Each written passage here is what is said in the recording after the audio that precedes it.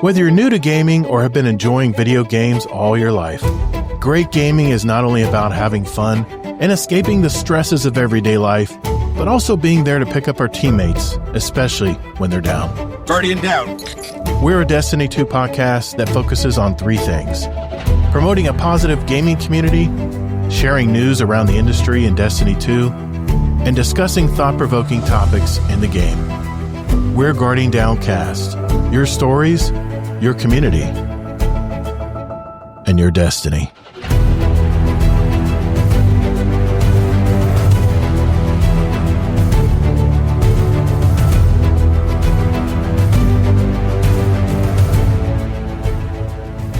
What's up, everyone? What's up, Guardian? Welcome to episode 314 of Guardian Downcast. I'm your host, Todd the Gator, and I'm a Day One Guardian who loves gaming and especially the Destiny franchise. We're the podcast that's all about your stories, your community, and your destiny.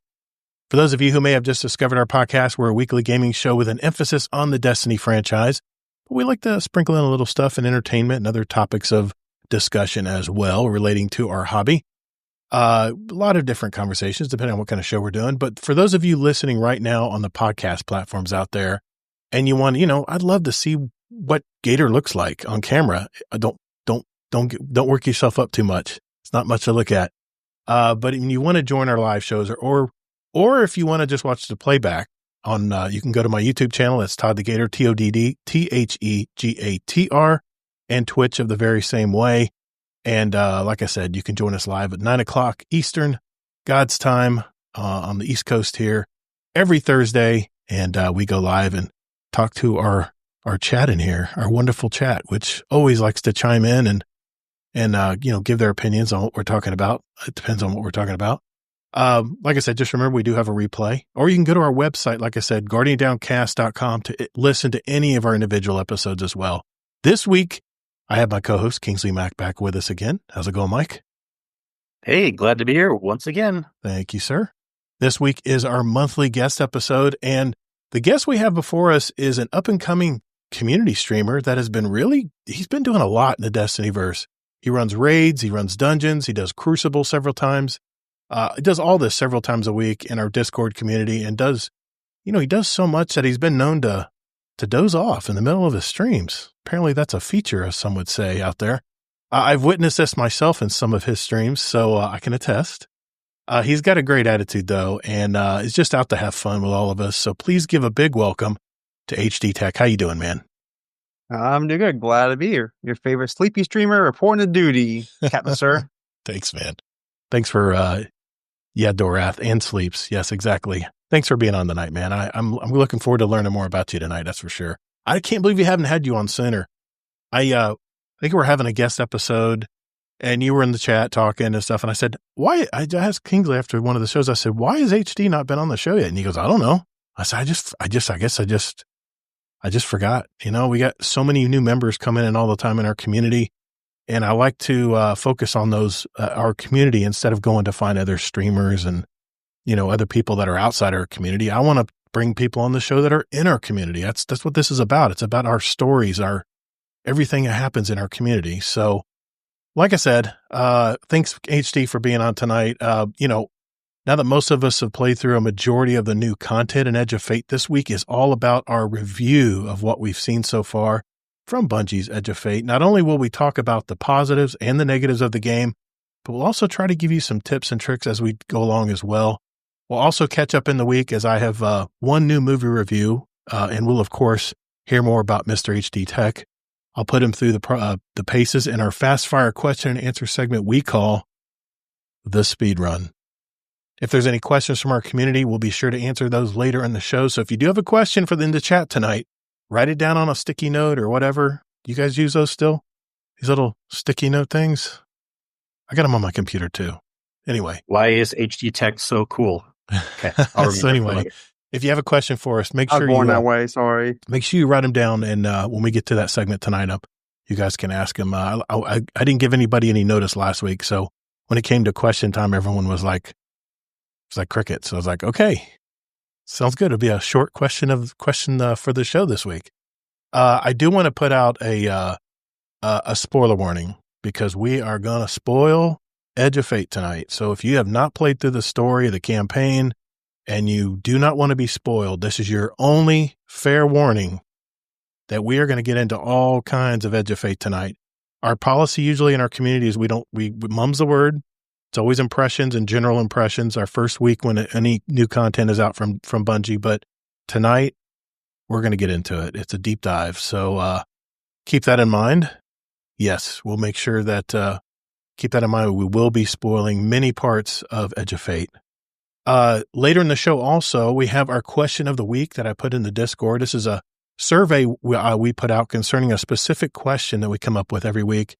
And usually I'll sound off any results. I'll read the comments from anybody who leaves a comment as well from our Discord. And we'll do that also before we leave tonight. And of course, what would a guest episode be without adding some music to our Guardian Downcast show playlist on Spotify and Apple Music? The links will be in our Discord. Also in our show notes down below if you want to follow along and see what we've been adding ever since we started this podcast in 2019. So it's kind of a time capsule. Anyway. It's the Edge of Fate review show this week, so if everyone's ready, let's roll. Hey, thanks for listening to Guardian Downcast. There are several ways you can contact us. First, you can find us on X at Guardian Downcast. Or you can find us on our Instagram at Guardian Downcast and see what pics and reels Todd the Gator and his podcast guests want to share with you guys. We have a brand new website too. Just visit guardiandowncast.com, where you can find all of our contact info, leave us a voicemail, give our show a rating or review, search for any past episodes, or even give back to our community. Also, don't forget to sign up for future updates to the show, where we'll also have random drawings throughout the year, and you may win a gift card or even some GDC merch. And finally, you can send us an email at guardiandowncast@gmail.com. Our community thrives on interaction, so get involved and check us out. Well, as we kind of did this a couple weeks ago, and I want to try doing this again. Before we get into Edge of Fate, and trust me, that's going to be the bulk of the show tonight is everything Edge of Fate. But I just want to go around the horn and see how everybody's been doing this week, what you guys have been doing in gaming. If obviously, maybe not so much gaming because we all know what we've been doing in gaming. We've been playing Edge of Fate. But I've heard that both of you have tried the new raid. I think you both said you both tried the new raid. How far did you guys get in the raid? I'm just curious. You want to go first, Kingsley, or me go first? Oh, yes, first, please. So we did the what's the chicken Vex called again? But the chicken Vex encounter one, and we didn't actually complete. We after about I think 3 or 4 hours, we got the mechanics finally understood. So we knew what we would do when else we had a timing issue, but we finally got around to getting the mechanics down. And we just spent the whole night on one encounter. Now you can. I'm sure Kingsley will elaborate on this, but you can pick your encounter. So it's not really how far do you go, it's what direction you went. I heard about that. On what you wanted to do. Yep. So it's not like a linear progression. Like I know Kingsley did a different boss than we did. Yeah. But when we didn't actually get pleading it, but the mechanics are so different from this raid, from any other raid. It's just nuts how the direction Bungie went with it. Yeah, Space Chicken Dorath. Yes, Space Chickens. What's up, JD Cat? Wow, the thing. Yeah. But no, it was really fun. It was nice having new content, just not looking at spoilers, just hop in and figure it out. And looking at buffs, looking at what's going on in the scene, and trying to use data to really figure out what's going on with it. I love how it's choose your boss. I like that. There's 4 bosses total from what I heard. 4 bosses, 4 encounters for the raid. Okay, 3 encounters in the final. So the final one is always the final, I guess. Okay, that makes sense. Yep. Well, before we get into Edge of Fate, anything else that's been going on in your lives? Anything else outside of gaming that you guys have been up to? I mean, I have a movie review I wanted to mention here before we jump down the rabbit hole, so to speak. Give you guys a chance. I'll give you guys a chance to think about it if you want. Yeah, I'll go, and if you have anything else you want to loop back to afterwards, Tech. Yeah, I don't know if we'll talk more. It kind of goes into a conversation with Power Deltas too, but and then I want to talk about a review. Okay. I've been keep forgetting week after week of my controller that I bought recently. But Yeah, hopped in. I mean, we did a King's Fall last night too. I'll talk more about that later with Power Deltas. And then I did the new raid with a different crew. Early impressions are the raid seems really good. Other than like artificial difficulty stuff, the mechanics seem fun. We did an encounter that's a bunch of Hydras. And the raid, from what I've seen with other encounters after I went in blind, then I started looking at it some more. So I saw what Tech's crew was at. They were kind of doing the same night we were. And we did an encounter with Hydras. And it was so funny because I was correct, at least in an aspect, when they showed a picture in the TWID a week or two ago. It showed the emblem shows like 9 symbolism on it. I'm like, ooh, it seems like it's going to be a 9-based raid. Well, when you first load in, it is 9 architecture, but then it's like they're putting these little like encounters. They're throwing these little encounters at you. And the Hydra one I like to call the circus tent because you load in and it's like you're underneath the circus tent. Huh. And the mechanics are a lot of fun. We went totally blind. Took us a very long time to figure all of it out. Didn't get done either because it eventually came down to power issues and people not staying alive and stuff like that. But I had a blast. The team was super chill. And the thing about the raid is it's reminding me a lot of like Garden of Salvation raid, mostly because of the Vex, of course. Okay. I highly recommend a Void machine gun or something like Telesto because there's a lot of Void Minotaurs. And you need to take their because they're powerful at the Delta issues that we're having right now, and you need to take them down quick. Okay. So some kind of a Void weapon. It doesn't have to be those two. But yeah, a lot of fun. That's all. I'm sure we'll have more reviews on it later. Oh, we're gonna. Yeah. Well, we're gonna brush on the raid. I don't have a lot to say about the raid because I haven't run it, but I did hear some beef that people had during the raid race. But we'll get into that later. And even after too. Even still now. Oh yeah. Yep. Yeah, I know. So no. One thing you ran I had a question for you. You guys were running a King's Fall last night, and you said that because of this new system, that even the old raids are a little tough now. Is that what do you mean by that? Is there a Delta Not involved? Really tough. Oh, yeah, it's a big issue. Okay. The game's not in a good state right now with all the power deltas. I'll get more into details of that later. All right. Sounds good. Yeah. Oh, HD, what do you... Oh, go ahead. Sorry. Oh, so... hold on. So, I keep forgetting week after week, and I wanted to give a review on the DualSense Edge controller. Oh, yeah, definitely. This is the high end. It's equivalent to Sony finally makes a first party equivalent to like a Scuff or an Astro or an Xbox Elite or something like that. And I've always had higher end controllers for a while because I really like having the back buttons. And you don't have to use them, but I really like that. And I started on my PS4 with a Astro because Scuff wasn't good back then. They had issues with like the sticks breaking and stuff like that. Then the one right before this is I moved to a Scuff controller that actually Sony certified. So it really was the PlayStation controller, but it was just Scuff putting their name on it and making it a pro controller. Mm-hmm. And then that one broke. And when I say broke, I still use these pro controllers for like several years before they break. Mm-hmm. And then I had to get a new one. I'm like, well, I heard that Sony makes a first party one now. And it's normally $200, but I got it on sale for like $160. It was on a sale a month ago. They're like $80. PS5s are $80. Yeah, I love this controller. It is really good. Now, if anyone isn't aware what a pro controller does, it's more than just the buttons on the back. And also you may say like, well, why do we need the buttons on the back? Well, the biggest thing why you want buttons on the back is for thumb tiredness. Mm-hmm. L3 and R3.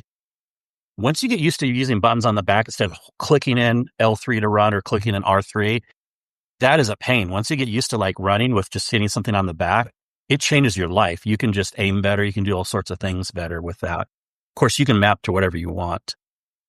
There's also other things a pro controller does, like you can remap all the buttons. You can have like different trigger sensitivities, different profiles. One thing that came out right now too, just today, was Sony had a new PlayStation 5 firmware that updated the controller software too on regular and DualSense edges. Very nice. And they can now have multiple Bluetooth profiles. So right now, when I wanted to switch from my PlayStation to my PC, and I play 95% of my PC with a controller actually. Me too. But when I wanted to switch back and forth, I'd have to repair it. Mm-hmm. You don't have to do that anymore. As of today, you can create multiple pairing profiles, so I can have this paired to What? my computer, my PlayStation, my laptop, Nice. all at the same time, and just switch profiles. So Gotta love that, man. highly recommend it. It is a nice controller.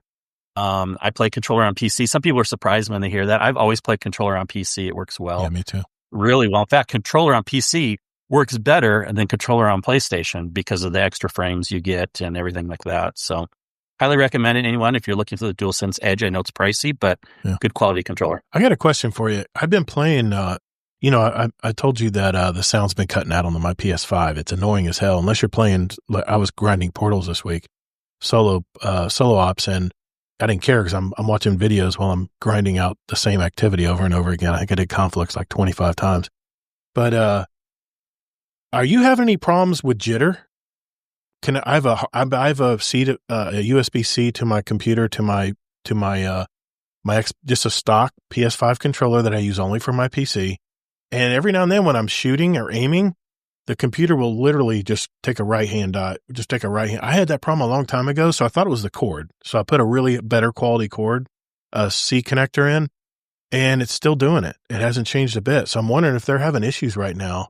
I know you mentioned last week. Never had issue with jitter. And I use this controller both corded or Bluetooth. In fact, I mostly do Bluetooth, and Bluetooth works really good to a PC also, as long as your Bluetooth antenna is strong enough. And I actually prefer the Bluetooth now because I don't have to have it plugged in all the time. Of course, I still plug it in to charge. And, but no, I've never had jitter. So you must have something else going on. I can help you troubleshoot it sometimes. You know what it could be? I have not updated controller setting, new controller firmware. That might be it. Well, if you ever plug it into your PlayStation, you're forced to update it. See, I only use the same controller on both, or do you have different controllers? No, I have different controllers. This is my PS5 stock PS5 controller, no paddles in the back, nothing of that. And I got the very same controller over there it's plugged in right now to my computer. So I don't know what's going on. Oh yeah. You got to do the firmware updates. That must be it. On about updates. But even when I didn't do the updates, I didn't have any issues with jitter. So I still think something else is going on. I don't know if you remember a long time ago, I'd live streamed some Crucible on PC using my controller. And I remember mine was like going in circles. My character was like going in circles. I'm like, I don't know what's going on here. I can't control anything, and ended up just switching over. But anyway, I was just curious if that was a known issue because no, definitely not a known issue. It's been really weird. Yeah, I would use my third iteration. I'd be aiming, waiting for the power shot, and then it would just jerk to the left. I'm like, as soon as I pulled the trigger, I'm like, what the hell? Like I said, Todd, I guarantee, and you may think this doesn't make sense because Sony to Sony, but controller works better on PC than it does on PlayStation 5. Okay.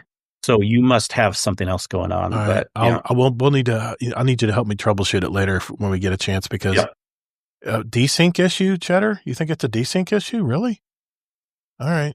It's something, but it's not common, or I've never run into it. And I've been doing controllers for a long time. This is a brand new computer, totally different computer where I had problems on the last one. But if you're not doing your update, there could be a million things. I do my RTX, my video card update. I just did a most recent one here, but I have not done controller. So it's probably through my Steam controller. I think I'm using. Do you do your controller updates? Do you do your BIOS updates? Yeah. Do you do your board update? There's so many updates I bet you're not doing. If your controller is on your laptop or has a block signal.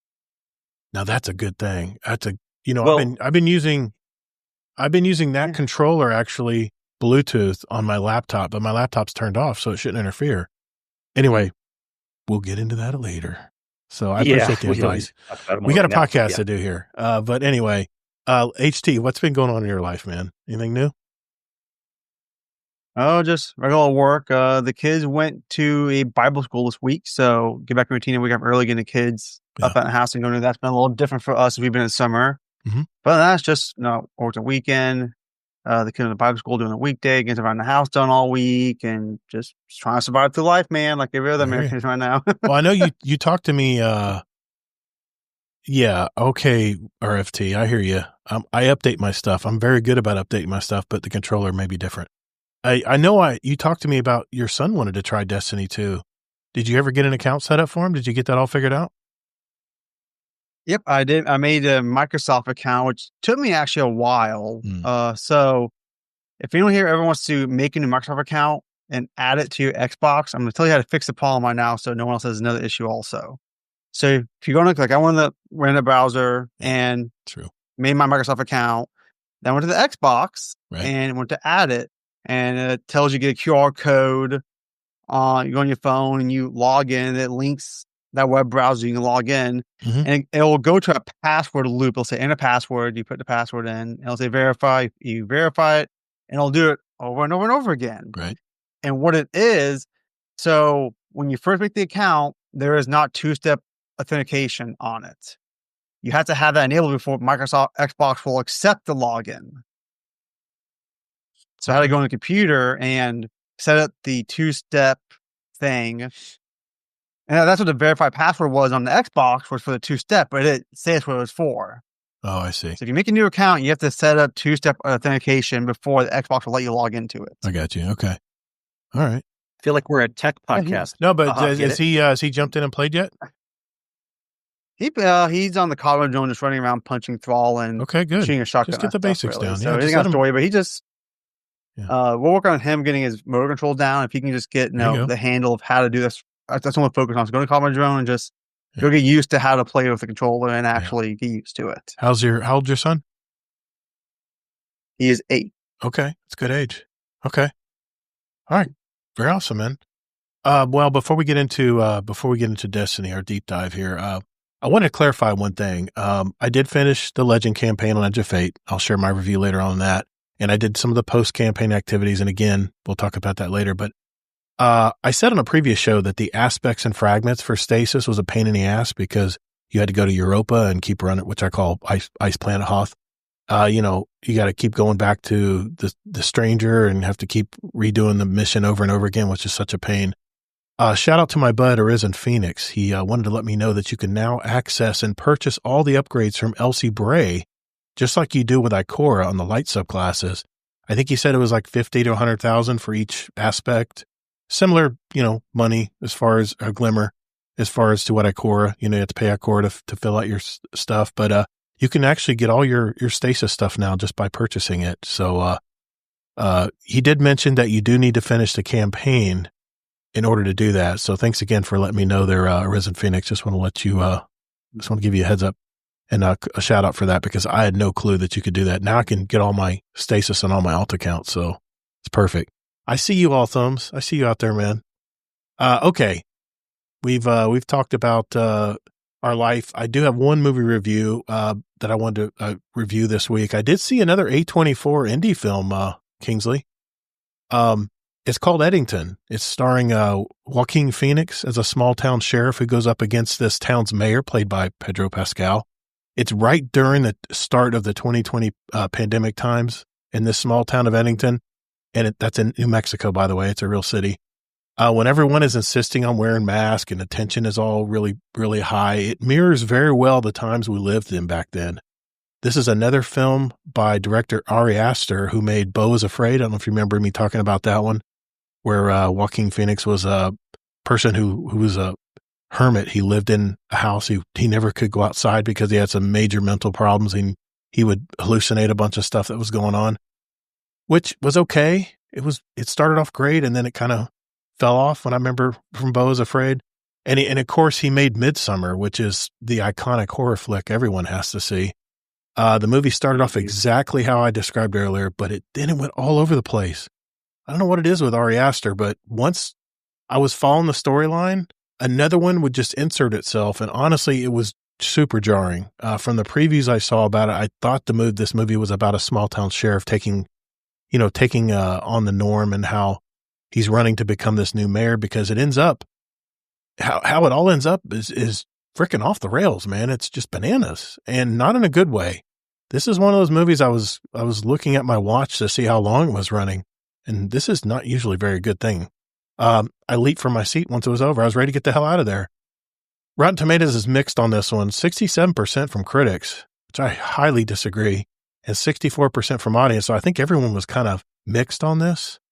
I thought actually on IMDb, it has a 7 out of 10. Yeah. Audience. Yeah. It's, I don't understand why people are giving this such good reviews, but, I mean, that's pretty strong for IMDb. And, but thought was very generous. This is a horrible movie. Don't waste your time on this one. It's just random, directionless storytelling, which will just leave you frustrated by the time I don't like you're at the end of the movie. I mean, if you like storytelling, you like a good plot and everything in a movie, then this one's going to leave you frustrated.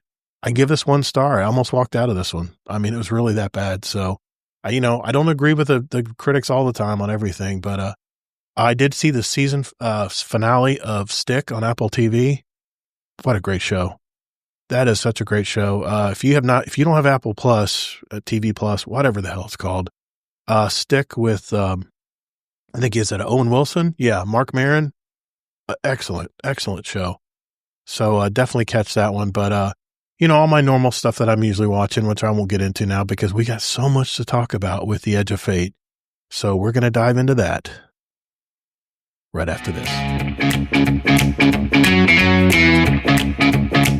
Hey, just a quick reminder that we have several Destiny 2 clans, and we invite all of you to be a part of it. If you're looking for a home to share your Destiny experiences, now'd be a great time to jump in and get to know some of these great gamers. We're here for the community and friends you make along the way, and no hardcore restrictions. And enjoy what time you have for Destiny is all we ask. So if you're looking for a clan out there, join our Discord. That's discord.gg/GuardianDownCast, and just reach out to a mod, and we'll open the door for you. So join us, and later, Guardian. When I sat down before the Edge of Fate arrived, we had all this hype over the Frontiers, codename Frontiers and stuff. I began to kind of wonder how Bungie was going to be able to top the Light and Dark saga. The Final Shape campaign ended in such a great high. And I was just trying to think to myself, I would not want to be a Bungie dev right now, especially in the storytelling department, because it is so difficult to have a follow-up to such a fantastic story and campaign that, let's face it, this lasted ever since 2014, right? This Light and Dark story. The good, we know it's not good and bad now, it's Light and Dark. But it never occurred to me that Bungie would actually take this direction in the Destinyverse, but somehow those very mysterious members of the Nine, which started out as this strange-looking Xur character in the tower in the original Destiny back in 2014, they finally entered the picture. And wow, how much we now know how they've been manipulating all of us since the very beginning. It was a mind-blown moment when I crossed that part of the story. So I wanted to start out tonight with what is probably one of Destiny 2's most exciting storylines. And I want to go around the horn and discuss it. We all start out, of course, with this anomaly that Ikora finds on Earth, right? There's this train car that jumps out of an alternate reality, and this creates the invitation for us to go down this rabbit hole. Then we, of course, discover the Ionians, this race that was stranded on Kepler, where they watched the collapse from the edge of space centuries ago. And then, of course, probably the star of the show is when we discover Lodi, a human from the 60s that worked in a secret government agency called the Department of External Observations, where he was, I like to call it the Matrix effect into Kepler reality. It just really started off really strong how this story gets started. I mean, what did you guys think? Did you really think that Bungie could top the Light and Dark saga when you started playing the story? Since you bring that up, you said you were worried how they would top it. I don't think they should have tried to top it. And I said last week, I think this was number 2. I still think Final Shape was number 1. I agree. I agree. It's up there in the top 3, but it's definitely not number 1. So they never needed to top it. I would never use that word, but they did a good job with the story for sure. Yep. Yeah. I was kind of surprised how this all went. It kind of started out with kind of a sputter, but my God, how'd everything ended here? What did you think about the initial part of it there, HD? Oh, I think they did a great job, honestly. I mean, it feels like a whole new saga. I feel like this will probably keep up with Lion Dark Saga when we're done with it. I mean, just the connections they made and the full circle and I mean, this is what Bungie is known for, this storytelling aspect. So Right. I feel like we're seeing that part of Bungie that we have not seen in a while. Yeah. Yeah. So it's good to see us getting back on the horses and it restarting all over again. Well, Bife, my name is Bife, interviewed Allison Lures, and she alluded to the fact that we are just beginning this saga. So who knows? I don't know how Renegades is going to tie into this, but she states that the 9 members are huge beings. They actually embody a whole planet, and that I guess each one of the 9 is assigned to one universe or planetary system, and 3, which is the crux of this, is really the center of this whole story. She is assigned to our universe, Earth, and the Milky Way, and we find out later what happens to 3, but 3 is the one who starts all of this. She gets all the ball rolling here and pulls us into this alternate reality or other time warp or black hole, whatever you want to call it, that gets us to Kepler. But I tell you, my favorite cutscene of the entire campaign is where we find out that Ikora was also part of this agency and was purposely killed in order for 3, the member 3 of the 9, that was assigned to Earth, to bring her to where she is now as a guardian in the centuries way later in this whole story. And that was kind of a mind blown moment for me, because that means the Witness, everything we fought, the Witness, Crota, every enemy we've crossed has been at least indirectly manipulated by the 9. And they say that, we've been here longer than the Traveler. So this is just crazy, man. Because now here we think we're playing chess on this level when the 9 are well above us looking down. And it's just freaky how this whole story comes about. But, we discover Orin, the emissary that, that was actually had a relationship with the Drifter, that she's been manipulating everything, that the 9 have been manipulating everything that they do in the past Destiny story. And she decides to quit. She's had enough. Her will is not her own, but she wants to have her own will. She literally breaks out. That's the first cutscene of the story. She cuts out of her skin and is now no longer the emissary. So there's a void now within the 9. There's nobody that is an emissary to, I guess, the Guardians. I don't know how far that emissary stretches, but, when we first saw that cutscene, man, what did you guys think? Is she considered a Guardian? She's not a Guardian, right? But she's a Paladin? Is she a Titan? What is she exactly? I'm just curious. I don't remember anymore. It's been like a week since I finished it. Oh man, give me a break. Tech, do you? Well, she mentioned her ghost is buried somewhere. So the ghost still exists. Okay, so she was a Guardian. Okay. No, she was a Guardian before she went. What is she now? Is what Todd was wondering.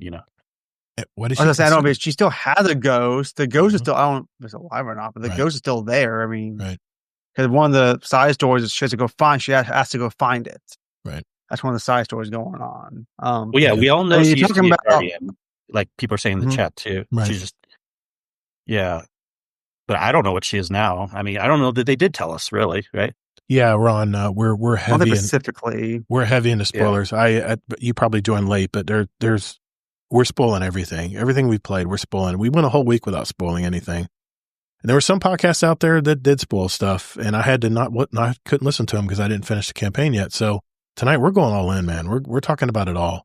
So and to bring up some points, this goes with the chat and something you were saying too, Todd. Just some clarifications on the story and the future.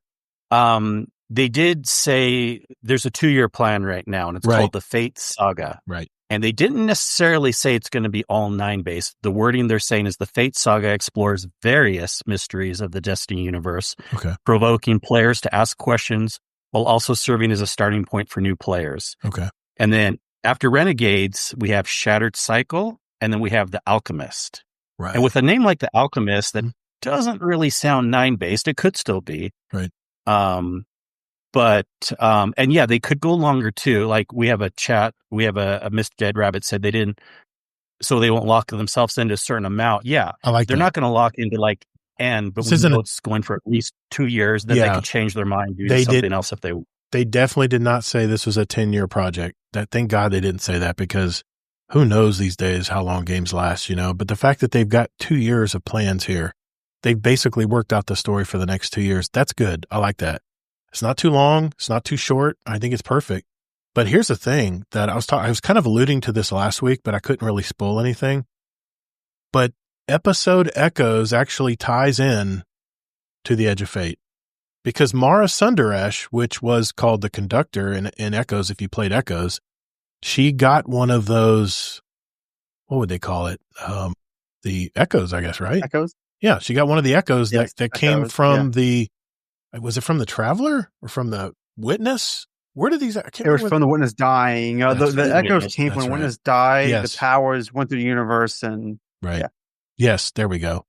Yeah, she died working for Mara and was raised to be a Yes, guardian. 101. Okay, I got you. Here's the thing, though. Mara is there's this black hole, and this black hole, the It's reason Maya, by the Singularity. way, Maya. Maya. Did I Not say Mara. Mara? Maya. Yeah, Maya You Sundaresh. did. Yeah, Maya. Oh, I'm reading JD Kent. He said Mara. Now we have this black hole over Kepler, right? And we're like, what is this black hole? Well, come to find out, we know what it is. It's an anomaly because 3 is killed, right? Mara killed Maya Sundaresh, Conductor. the conductor, kills 3. And why does the conductor kill 3? Because Maya is obsessed with going back into the past to correct things with Chioma Essie, her partner, her wife, and she wants to try to right all those wrongs that happened back then. I guess when she wasn't around and she died in the labs and everything. That was back during Beyond Light and stuff. We learned about that. But here's the thing: 3 can't do that. The 9 can't go back in time. They can only go forward, which kind of makes me think, all right, how did they get us? I guess they killed Ikora purposely back in the 60s.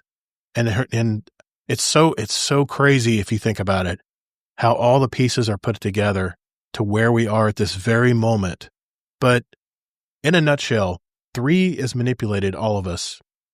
Lodi, the Guardian, and Ikora to all come together in this certain point where we can actually, and the Drifter too, where we can actually try to save or resurrect 3. And guess what resurrects 3?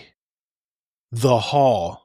That thing the Drifter has been pulling in space forever. All those motes that we banked into that damn Hall, that energy, or whatever you want to call it, dark energy or dark matter or whatever, that cutscene at the end was fantastic. He's pulling his ship up and drops that Hall, that bag of energy, into the anomaly in the sky, which was the black hole, and resurrects 3. Only for Maya, or the conductor, to yank her into reality, which is the planet Kepler. And well, she can't live on Kepler. It's like I think the phrase in the story was, it's like trying to have us live in a painting. It doesn't make sense. It's not on the same plane of reality. So she's revived. She gives us some instructions and then dies again. Man, the whole story just blew me away. I mean, I really took my time on the legend story on this, but because of this death, the 9 is incomplete now. And that means we're going to be totally extinct or annihilated. It's now imminent. I guess that's part of the 9. I guess the 9 are so far above us and ethereal beings that they can control life, I guess. Because there's a void in the 9 now, because 3 is dead, we're all going to die. We're all going to be exterminated, or we're all going to be annihilated. I don't know, from some big boom or whatever. I don't know. They haven't really told us that. But 3 gives us instructions how to stop this from happening. And she calls it binding the 9. So I guess that's where the future of this story of the saga was going to go, is how we're going to bind the 9.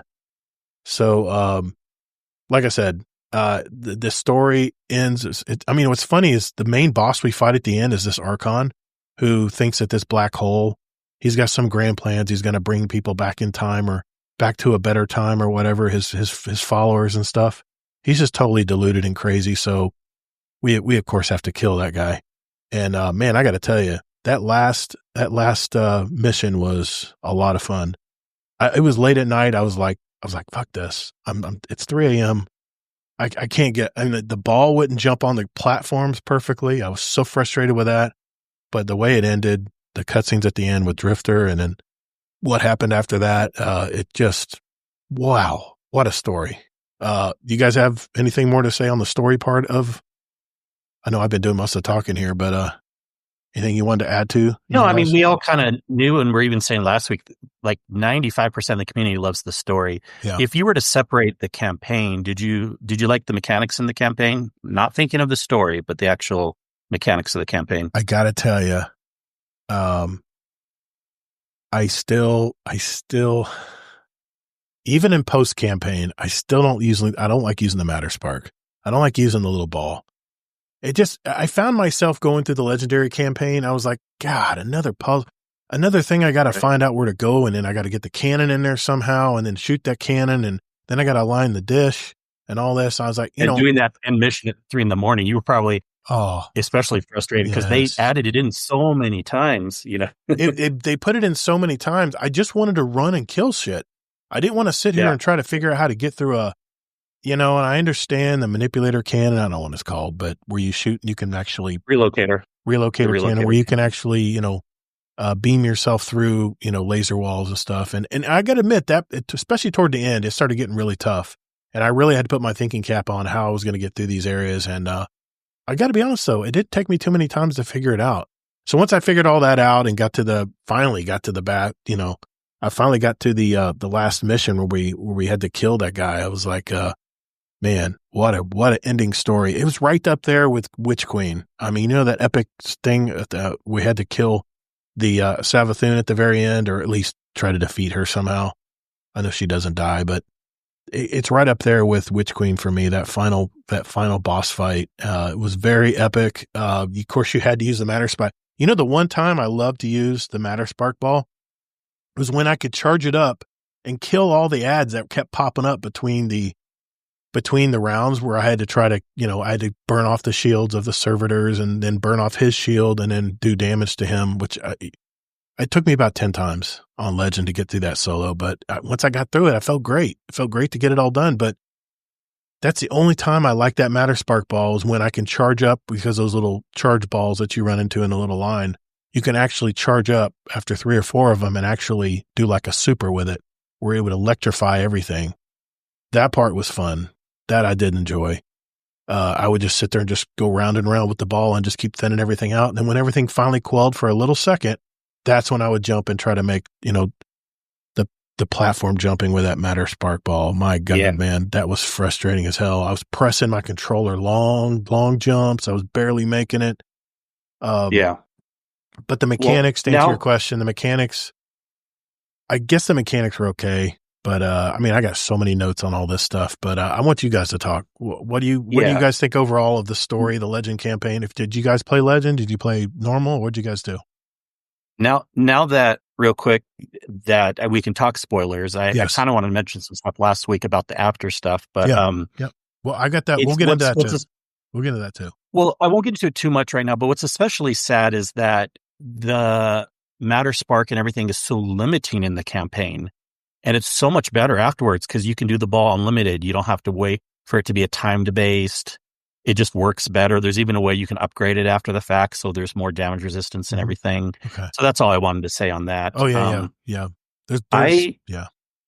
And I'm curious what Tech thinks. I'm really glad I ended up this way too because of a few different issues. But as everyone knows, I love running the campaign on normal just to be done with it quickly because I don't want to be like, it's partially several things, spoilers, but everyone's pretty good with not talking about spoilers. But I just kind of want to experience it like really quick because it's exciting. Yeah, it is. And then I'm like, I'll go back and play it harder afterwards. But I didn't do Legend at all this time. In fact, I've done the campaign now on Fabled. And I'm glad I didn't do Legend right away because there's a couple things that were going on. First, I got the campaign done quicker. Second, people are like, oh, but what about the exotic? Well, first of all, the exotic for the Warlock sucks, but you can get the exotic in the Civ activity afterwards. So you do not have to do the Legend campaign if you do the Civ activity. And third, now I don't have to do the campaign a third time. Right. So because you want to do it on Fable to do some extra little upgrades eventually. Right. So I'm really glad I didn't do Legend. Gotcha. But I'm curious what you think, Tech, on it. Hey, finishing it Coach Weed just subscribed with Prime. Thank you, sir. Appreciate you. I see you out there, Right. man. Thank you, sir. Go ahead, HD. I thought the campaign was awesome, 100%. I like Kepler a lot personally. I think the overall, it feels different and good enough to be like a new refresh kind of tour destination. Not only a fan of No Sparrow, but I guess I don't know why we couldn't have Sparrow and a Matter Spark still. I don't really get why technically we couldn't have both, but that's a give it for another time. I like the puzzle. Like, it makes you think differently. Like me and Keith talked about last week. I felt like they should have, I don't know how you would do it without giving it away, but like a highlight or a noise chime. Because there's like one mission, the charge mission, when you have to be a Matter Spark. And there's that little Hydra guy. He's immune. You have to go on the left and right side and destroy the little beacon things to drop his shield. One's a hole under a staircase. One's a small crack on the floor. Right. And like I spent probably 20, 30 minutes easily in my stream trying to figure that out that one night. It took forever to figure that out. It was horrible. I'm sitting on stream like, I don't know where to go now. Like, there's no diamonds, no noise, no nothing. And it was different. But because it's different, Bungie wants to do new direction. I think in the end it'll work out in the end and be better if they continue being different, keep this going on forward. Yeah, going forward. This stuff's only going to be on Kepler, remember, and then we're going to have different things. That we know. Right. Yeah, that we know. It may tie future. We don't know for sure. Like Todd said before this came out, the future's unknown right now, and we really don't know what's going to evolve into this Kepler. Maybe they'll expand on Kepler next year. We just don't know what's going to happen. I'm pretty sure we'll have another destination with different abilities, is what I was getting at for the next expansion. And they're purposely doing that along with everything else. Everything's very temporary right now, like weapons, destinations, abilities, and then they kind of reset, and then the new destination will have new abilities that can kind of help, so they don't have to tune it for all the locations in a way. So, yeah, Mr. Dead Rabbit. I do like all the new materials. Yeah, go on. No, I was just gonna say, Mr. Dead Rabbit, since you got the tower, he's got a little gray now. He's got a little gray on his beard. He does? Drifter does. From being nine, he's been 9 touched now. It's pretty cool. Oh, but I forgot to say now. There were times, sorry, man. There were sorry, I got 3 screens stared at me. There was a time when I would get to a part of the mission and there was nothing happening. I'm like, what the hell's going on here? Where I would actually jump into another room ahead of the story where the flow is a little slow. So that was a little frustrating, but overall, man, the campaign, I had the greatest time playing it. I actually thought I was playing Legend difficulty solo. I actually thought the campaign was pretty easy up until those last 3 missions. You can tell they ramped it up. The intensity, the enemies were getting stronger. Maybe it was because my power was getting higher too.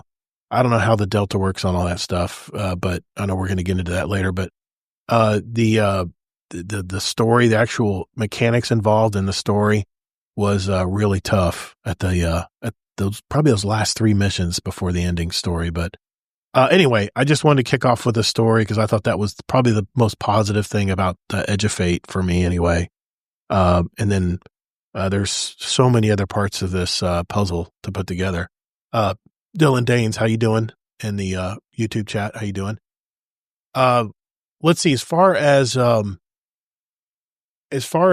mean, I got so many notes here. I'm kind of scattered a little bit here, but let's talk about the Portal experience, because obviously that is where we launch everything. That's how we go to Kepler, right? Everything, it seems, flows through the Portal now. What do you guys think so far? Now that we're into week 2 now, what do you think about the Portal system overall? HD, we always go to you first, too, buddy. So I'm personally a big fan of it. I think it's a much needed. It's not perfect. I mean, there's not so much stuff in it yet, which hopefully they're going to add to it. But I was at work last weekend and I had my little Alley Rock handheld and I had like half an hour lunch break. I'm like, I want to go and do some activity. I just hop my handheld, get into like a fire off activity or a solo fire team. Go to the menu, click into it, and play it without hunting for stuff. It was really nice just to be able to hop in and do something really quick and like focus. Like, okay, I'm gonna do this playlist and just do this. And I put the modifiers on solo stuff. So it's really cool. You can change and modify. I like how you're gonna get gear wise.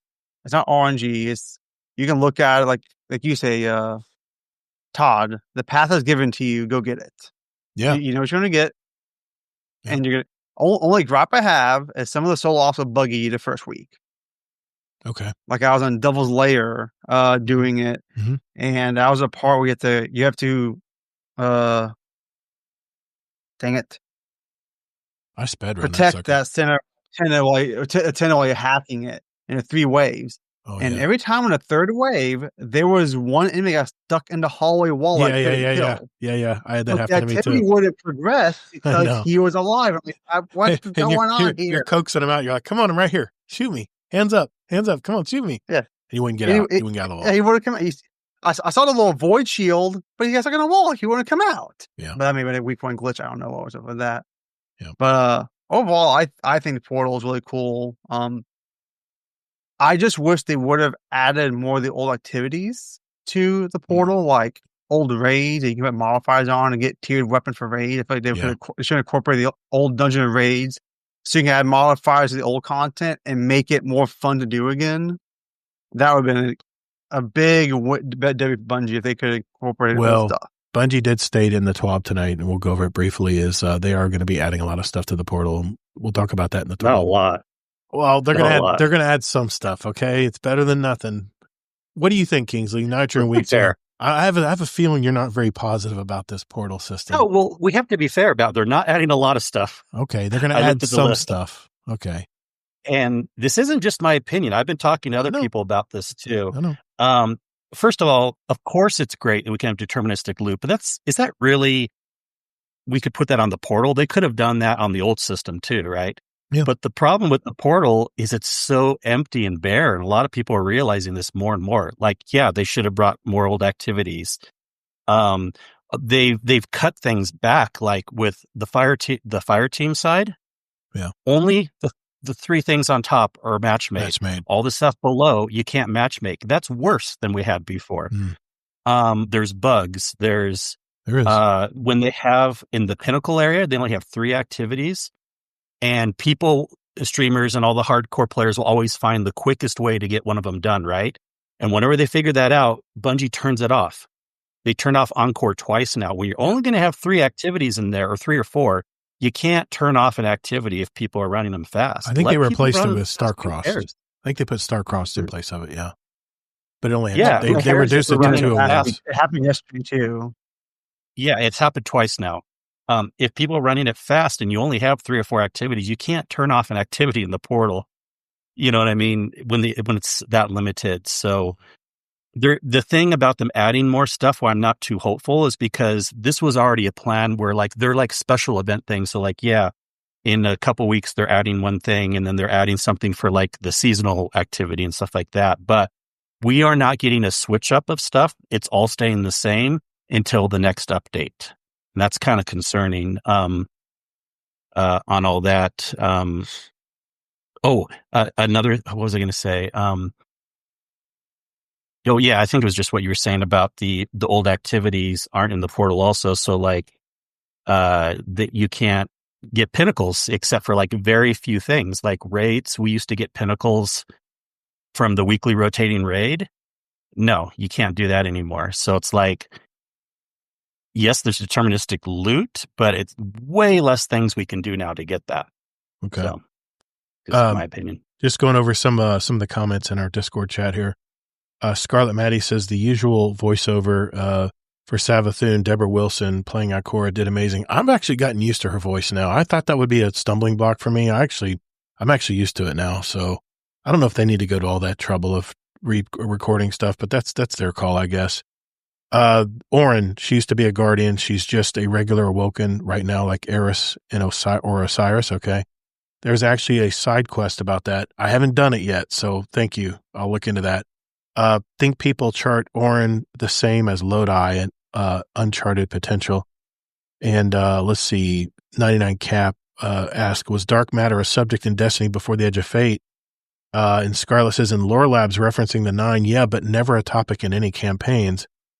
And then they get into some of the lore there. I'll have to. We should have read that when we were on that topic. Yeah, I know. I'm sorry. I'm jumping around a little bit. Portal, before I forget. Yeah, the portal.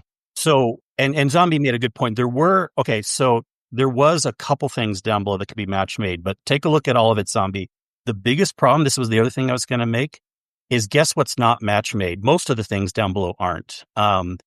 Onslaught. Onslaught needs to be freaking match made, right? It was always match made before. That was solo, I know. I saw that. I was like, pass. I'll be there forever. Yeah. It should have been a toggle.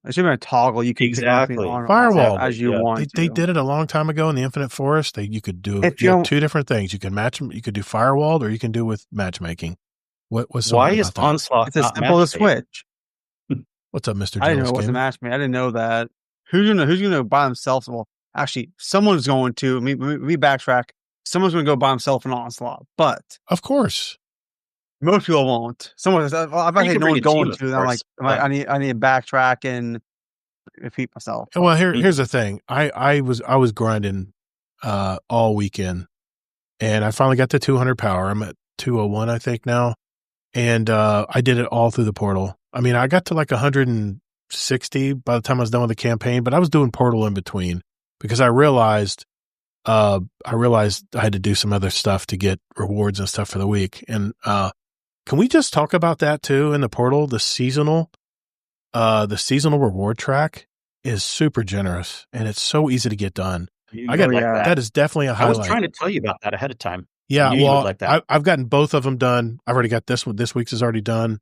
I'm loving that part. You get Bright Dust. I got Engrams in there. I have to cash out before reset because you can only go 20 levels every week and they're gone.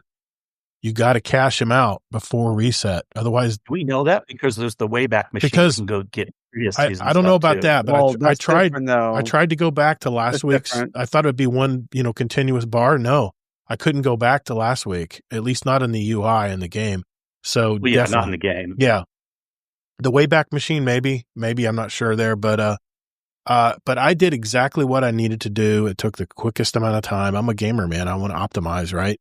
So I finally got the 200 plus light.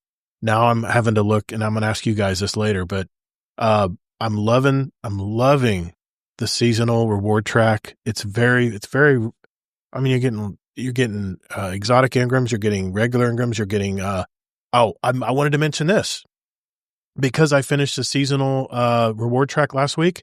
I went over to Zavala this week at Reset, and he had 5 of the machine guns, the brand new machine guns, all tier 3. That I could choose from because I had unlocked I guess a free weapon from Zavala and free armor. Yeah. I love that part. It's awesome. Now the gear is only tier 2, which I'm like, until I start seeing tier 3s, I'm not really going to care about gear. It's tier 3 for me, so maybe I did something better than you. Maybe it was because I wasn't full power yet. Maybe that's why. But it was last week. Oh, I know Promise why. was tier 3 for me. I know why. Is because I did it early. That's why. I went to the tower to get something. I was like, oh, I get free armor here. It's flashing over here. Okay, so I think I just got it too early. But next week, I've already done it again for this week. So next week, I'll have hopefully at least a tier 3 weapon, one of the newer weapons. To get that done as well. But I have to just say that the seasonal reward track is fantastic. And the regular reward track is okay too. But, I think that I'm more attracted to getting the weekly seasonal stuff done right off the bat. It's the first thing I do every week. It's just like when I go against the bunnies. Now that you see the seasonal one is weekly along with the actual rewards track, don't you think it's a good amount of rewards? I'm softening my opinion on that now because face it, we're going to have another reward track in 47 days or something like that in September. So, yeah, with the Ash and Iron update. Okay, count. What is it? Is it 10 or 15 or 20 for the seasonal weekly, right? It's like 20 levels a week. 20. I think it's 20. Yeah. 20 times every week for like 3 months or whatever. That's really nice. A lot, And those weekly bounties will it ramps you up so quick. you don't even have to get all the weeklies done and you're already maxed out at 20. So I got to admit, I'm loving that part of it. I want to talk about the post-campaign activities because, once you complete the campaign, all these blue flags start popping up all over Kepler. And I know you've played this a lot more than I have, Kingsley. I did play a couple of the missions. I played some of the Ikora missions. And it's weird to talk about Lodi, but, what do you think about these extra, what do they call them?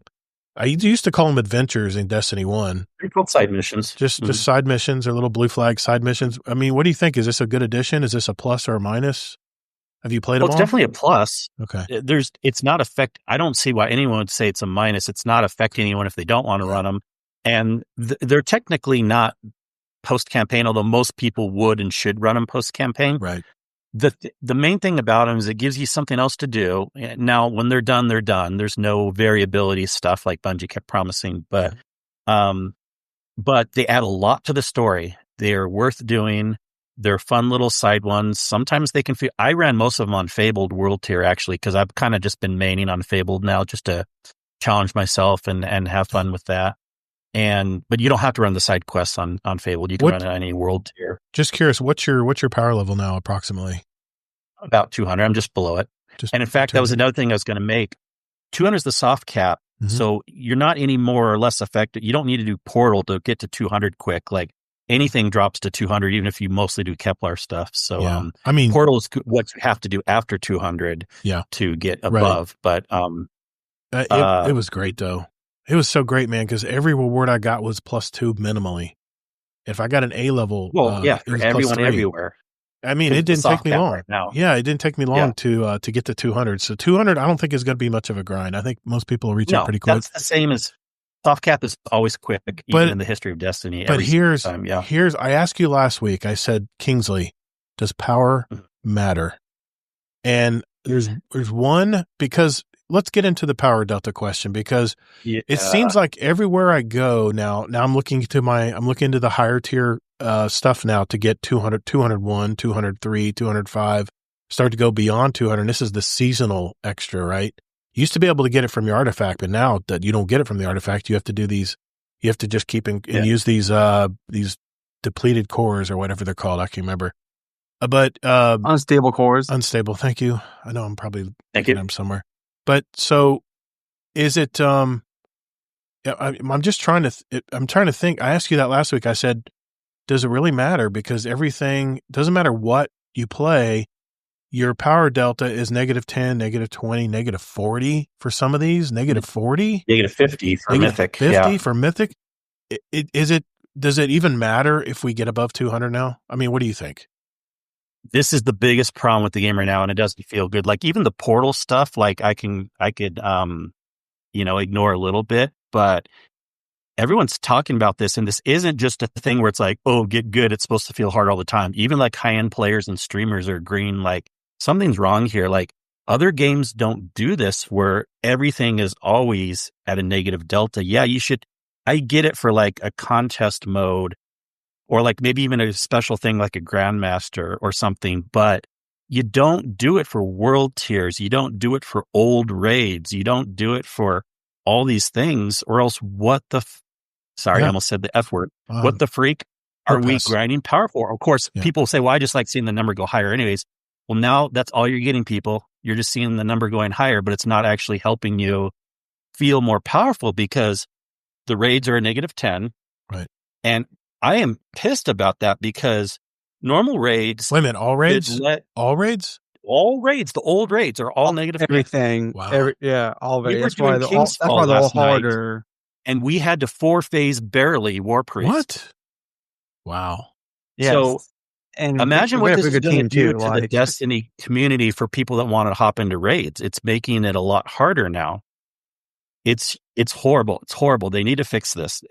Even Astrocross was saying Mythic should not be -50 on Kepler. You should be able to build into it. Like, we're getting to 300. We're grinding like crazy. It's a little bit easier. We're getting to 400. Mythic is a little bit easier. No, it's always -50. You're following a moving target. Yeah. Well, it doesn't even matter what your power level is. It's like, That doesn't make sense. I do not know why they did this. Like Division, Diablo, all these other games. Yeah, the higher world tiers and the higher activities are hard for a while, but you can eventually level into them. And I understand Destiny's had some precedents like contest mode, raid, Grandmaster, Nightfall, some things here and there, but you don't do it for all the activities all the time. Mm-hmm. So it's really, really like disheartening. Now, I have hope that enough people are going to complain that Bungie will change this. But what do you think, Tech? Am I making too big of a deal of this? Like, what do you think? I personally liked it last night. They made it different and fun last night for us who's always on King's Fall. Last night. It was nice a little bit because we actually had to try a little more. But I don't think it should be that you feel a pick if you want to do the modifier and make it that hard. Mm-hmm. Yeah, I liked it, but I liked it for us as the veteran players who's done it all the time, not for someone coming in. Yeah. So I'm with you. It shouldn't be all the time. It should be normal light level all the time. So there is one place where light level does matter. On Kepler, if you want certain upgrades to get your tier 4 and 5 armor and weapons, you do need, I think it's, 350 and 400 or 350 and 450 you have to get in order to unlock. There's two upgrades. The first one is you get the +1 automatically, the other one, another +1 of the tier. If you want somewhere where it's relevant, that's the only place I know of where the light level will actually help you in something. Well, yeah, that's a good point. But that's a different point. That's what they call like the power requirement or the power floor to get in. But it's not there's upgrades. There's upgrades actually in it that once you get X power, you can, I don't know how you get the upgrade, if you materials or a quest to unlock it. Once you get, it's a prereq to get X light level, and then all your Kiplo gear is +1 or whatever. Yeah, it's a prereq, and they also had the prereq even for a contest mode raid. You had to be 100, which was a funny prereq because it didn't matter anyways because it was for contest mode. I think people were saying they were guessing it was -40 or something for contest mode, and even that's not normal. Older contest mode raids in the past were like -30 or -25 or something like that. Yeah. If we want to get into that whole conversation. Yeah, Scarlet Maddie. Well, there was some talk. Yeah, I was going to say Scarlet Maddie in the Discord said that it feels like everything's a bullet sponge right now. So yes. It's just through the power delta thing. Everything's harder. Everything. It's a combination of the power delta to the new stats being rolled in to reset. It's like a new game altogether again. And I think that's part of the issue. It all happened at one time between the delta, resetting light level, resetting the stats, and the whole 9 yards. It's a lot for in the first 2 weeks to happen in this game. When we came, last in final shape, everyone's up to the highest tier of gear and light level and village you could have. Right. And you reset everyone back to blueberry status. Like even the past 3 years, 2 years I've been playing Destiny a whole bunch, you didn't really reset at the bottom. You always stayed near the top the whole way progress. We went all the way to the bottom all over again on top of the deltas and everything else. Wow. And that bottom doesn't even matter because other new games, they still don't do this. They don't have a thing where you're like always -10, -20, -50, no matter what your power level is. So it's like a couple different things are going on here. Like, yeah, like it's cool in a way. Like, I mean, I was kind of like, why are we resetting from the beginning? I don't care. I could take or leave that, rebuilding up our power. But why are we rebuilding up our power if we're always going to have a -10 to -50 in like 90% of activities?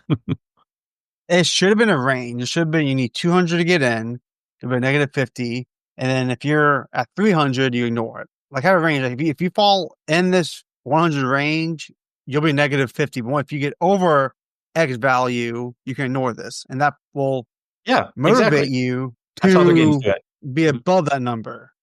Mm-hmm. Don't have everything if you have like a range or some kind of boundary.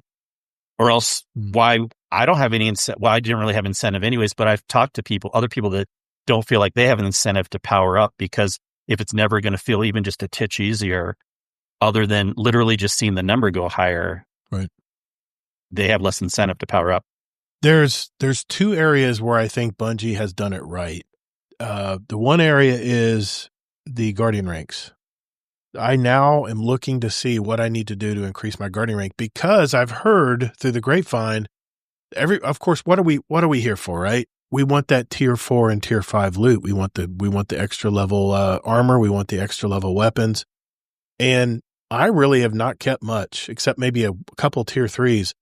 But in order to get the Guardian level up now, I'm like stuck on all these modifiers that I have to do in the portal. I'm working on 5. I think I'm at 4. I'm working towards 5 now. So I think what they're saying is once you get up to a certain level on your Guardian rank, which never used to mean anything, honestly, now it actually has an effect on what kind of loot. Now, has that happened? I don't know. And another thing I think, and I wanted to ask you this, Kingsley, now that you're playing Fabled in world tiers, are you getting at least tier 3 loot, or what kind of loot are you getting? You're getting tier 3. Yeah. Do you get anything higher than that, or just tier 3 mainly? Not on Fabled, and I don't think you're supposed to. Okay. And even on Fabled, you don't get it all the time, but you do get it often enough. Okay. I think if I had to guess, tier 3 would be Fabled, tier 4 would be Mythic, and then tier 5 on Kepler is very hard to get. It's mostly just those little extra quests that you have to do a bunch of things, Fabled and Mythic together, and then some other things together to get that tier 5 stuff. Zombie says, I heard it's level 240 when tier 5 loot is unlocked. That's good to know. I'm only 40 away. So that's probably what it is too. So there's a grind. There's a reason for me to play. What I've always said, give me the path, give me the reason to play and invest time in the game to get the rewards, right? Tell me what reward I'm going to get. Now, the one thing that I've heard from some streamers is that they've been playing in Mythic and high levels of world tiers, and they're not getting some of the loot. They're getting like materials and stuff. I don't know if this is true. Everyone out there has been playing it, but maybe that was just a bug. I don't know. No, I know what you're saying on that, especially if it was some things from Fallout and Astrocross, a couple things going there. Part of it is, again, anything that's not in the portal, you won't get the good loot. But then another thing is, with Mythic being so freaking hard, and again, other games do this, the way Destiny's always kind of worked is you really only get the good loot when like you finish like a big thing. They're not just from like little side chests or things like that. And so like if you're on Mythic doing -50 below always, no matter what your power level is, right? And you're trying to do a little side thing of like 5 Vex to the side that has that little thing where it gives a chest at the end. Right. And I saw some streamers grinding it. It took them even like 10 minutes, super hard, dying a lot, stuff like that.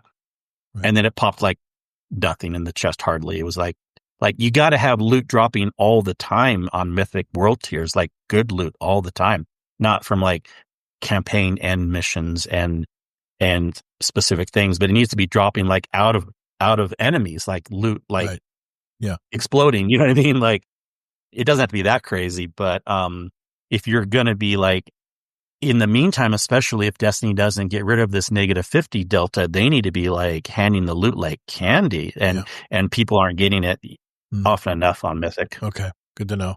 Now, what is this? This I guess it's called Sev. I always wanted to call it Sev. What is this deal where it only comes every 2 hours? What is up with that, man? Well, remember the Vex Incursion kind of was like that too. But people only have 2 hours to play. What if I've missed the window several times where I actually got, busy doing other stuff. Well, it's not only 2 hours. I think it's random, isn't it, Kingsley? It's random. Pretty, but you can look there was a countdown clock said 1 hour and 58 minutes. I'm like, what? Yeah, I don't think I've ever seen it come more often than like an hour and a half. What the heck? They need to change that. But because I heard complain about that when the Vex event was around. I don't remember anyone complaining about when the Vex event was around. Yeah, but it came much more often, Kingsley. It came much more often. No, it didn't. Incursions did? I don't know. The Vex Incursions came quite often. I'd say about every 45 minutes, maybe. I don't know. I thought like hours, so like 2-3 hours sometimes in between them. I thought. Really? Okay. Maybe I'm. Cause I remember I had a notification on my phone from a Discord. I didn't play a ton of Incursions. I don't get my phone.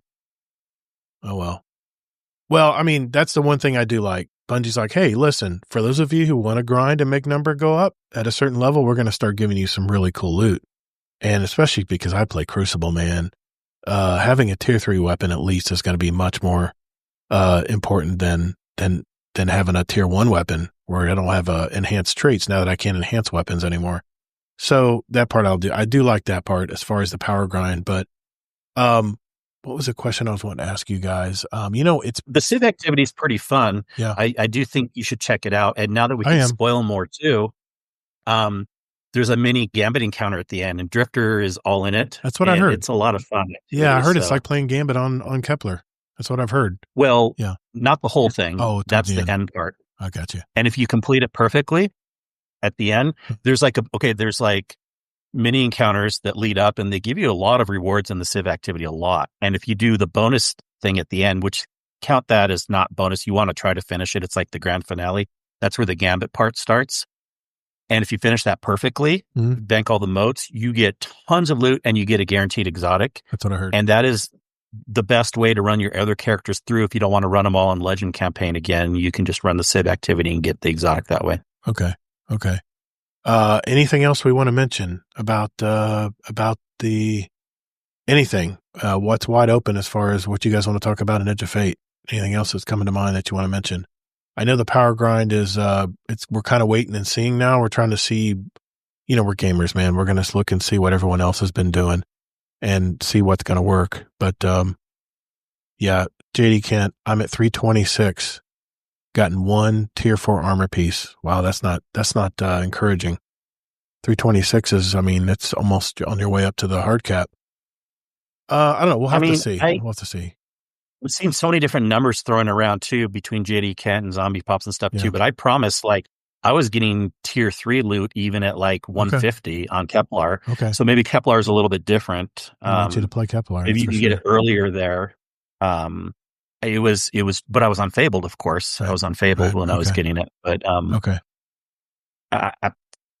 that, I'm sure there's different rules depending on if you're in Portal versus Kepler or whatever. So yeah, that is a good reason to do the power grind, is the tiered loot. But I guarantee once more and more people realize how hard the older activities are, and you can never feel more powerful no matter what you do. That's a problem. You're going to hear more people complaining about that because not everyone's quite noticing it yet. Dude, we want to feel powerful. Even if you put maybe a plus 10% cap, when you hit 450 or whatever, I remember in Destiny 1, I would go to the Cosmodrome and I would just melt stuff. I would one-shot everything because I was high power. Those days are definitely not there anymore. But, maybe not a Delta, a Delta scaler where you're 10 below all the enemies all the time. Maybe make us feel powerful, man. You don't have to go 100% higher, but maybe cap it at 20%, a plus 20, Look, and in certain activities. It's easy with the raids. Since I raid a lot, yes. It's easy. I don't know why Bungie couldn't have done this. Normal needs to say how it always was, especially since they're not dropping us good loot in normal still, since it's not in the portal. Normal, we need to keep getting community into raids, so don't make normal any harder, which they did make it harder now. And then they need to have a third level. Of course, we're going to have actually, there's going to be a 4th level. There's going to be mythic raids coming out, but right. Between hard, there should be what they call power enabled or power scaled. And guess what? It's super simple, Bungie. They can put that -10 delta back in, and guess what it'll do? It'll drop us tier 3. Boom. Easy. Okay. Easy answer. Doras saying tier 4 from weekly mythic missions. And also, Mr. I did hear that. Mr. Dead Rabbit also in our Twitch chat said, do the weekly missions for Mythic for tier 4. So yeah, two people. Like were I saying said, that. Fabled is 3 and Mythic is 4. It sounds like then. Yep. Yeah. Okay. Now that I'm high enough power, now at least once I hit the 200, delta, 200 power level, maybe now opens me up to start playing a lot more activities. So, sorry I missed it. What about the solo player? Is it possible to get tier? Oh, absolutely. Yeah, that's the portal system, man. That's when you go play mythic level solo ops. And you'll play stories or level campaign missions. You'll play whatever you you'll want. play. What I love is I did play some of the. They did have a couple of the. I think one of the moon lost sectors, but they added a little extra gist to it where you had to power up these you had to kill the servitors to kill the shields over them, but then you went to these interfaces and hacked into them, and eventually then you would go to the lost sector. I thought that was really cool that they added a little extra before you went right into it. So yeah, Dylan, there's definitely ways to get it. I would tell everyone out there, get to 200 power and then start looking into higher level activities, and you'll start getting better loot. That's what I'm hoping anyway. So, Anything else, guys? I want to talk to HD next. And I do have a question for y'all. Yeah, I do man. have a question for y'all. Yeah, man. Me and Kingsley Mac kind of talked about this a little bit. So what's y'all opinions on the new armor stat distribution system? Oh, good point. Good point. I'm still learning it. I thought health was everything. I thought that's what I built when I went into the Legend campaign. My health was over 100 because I wanted to make sure that my shields came back quickly, my recovery basically. And of course, it gives you more base damage that you can take.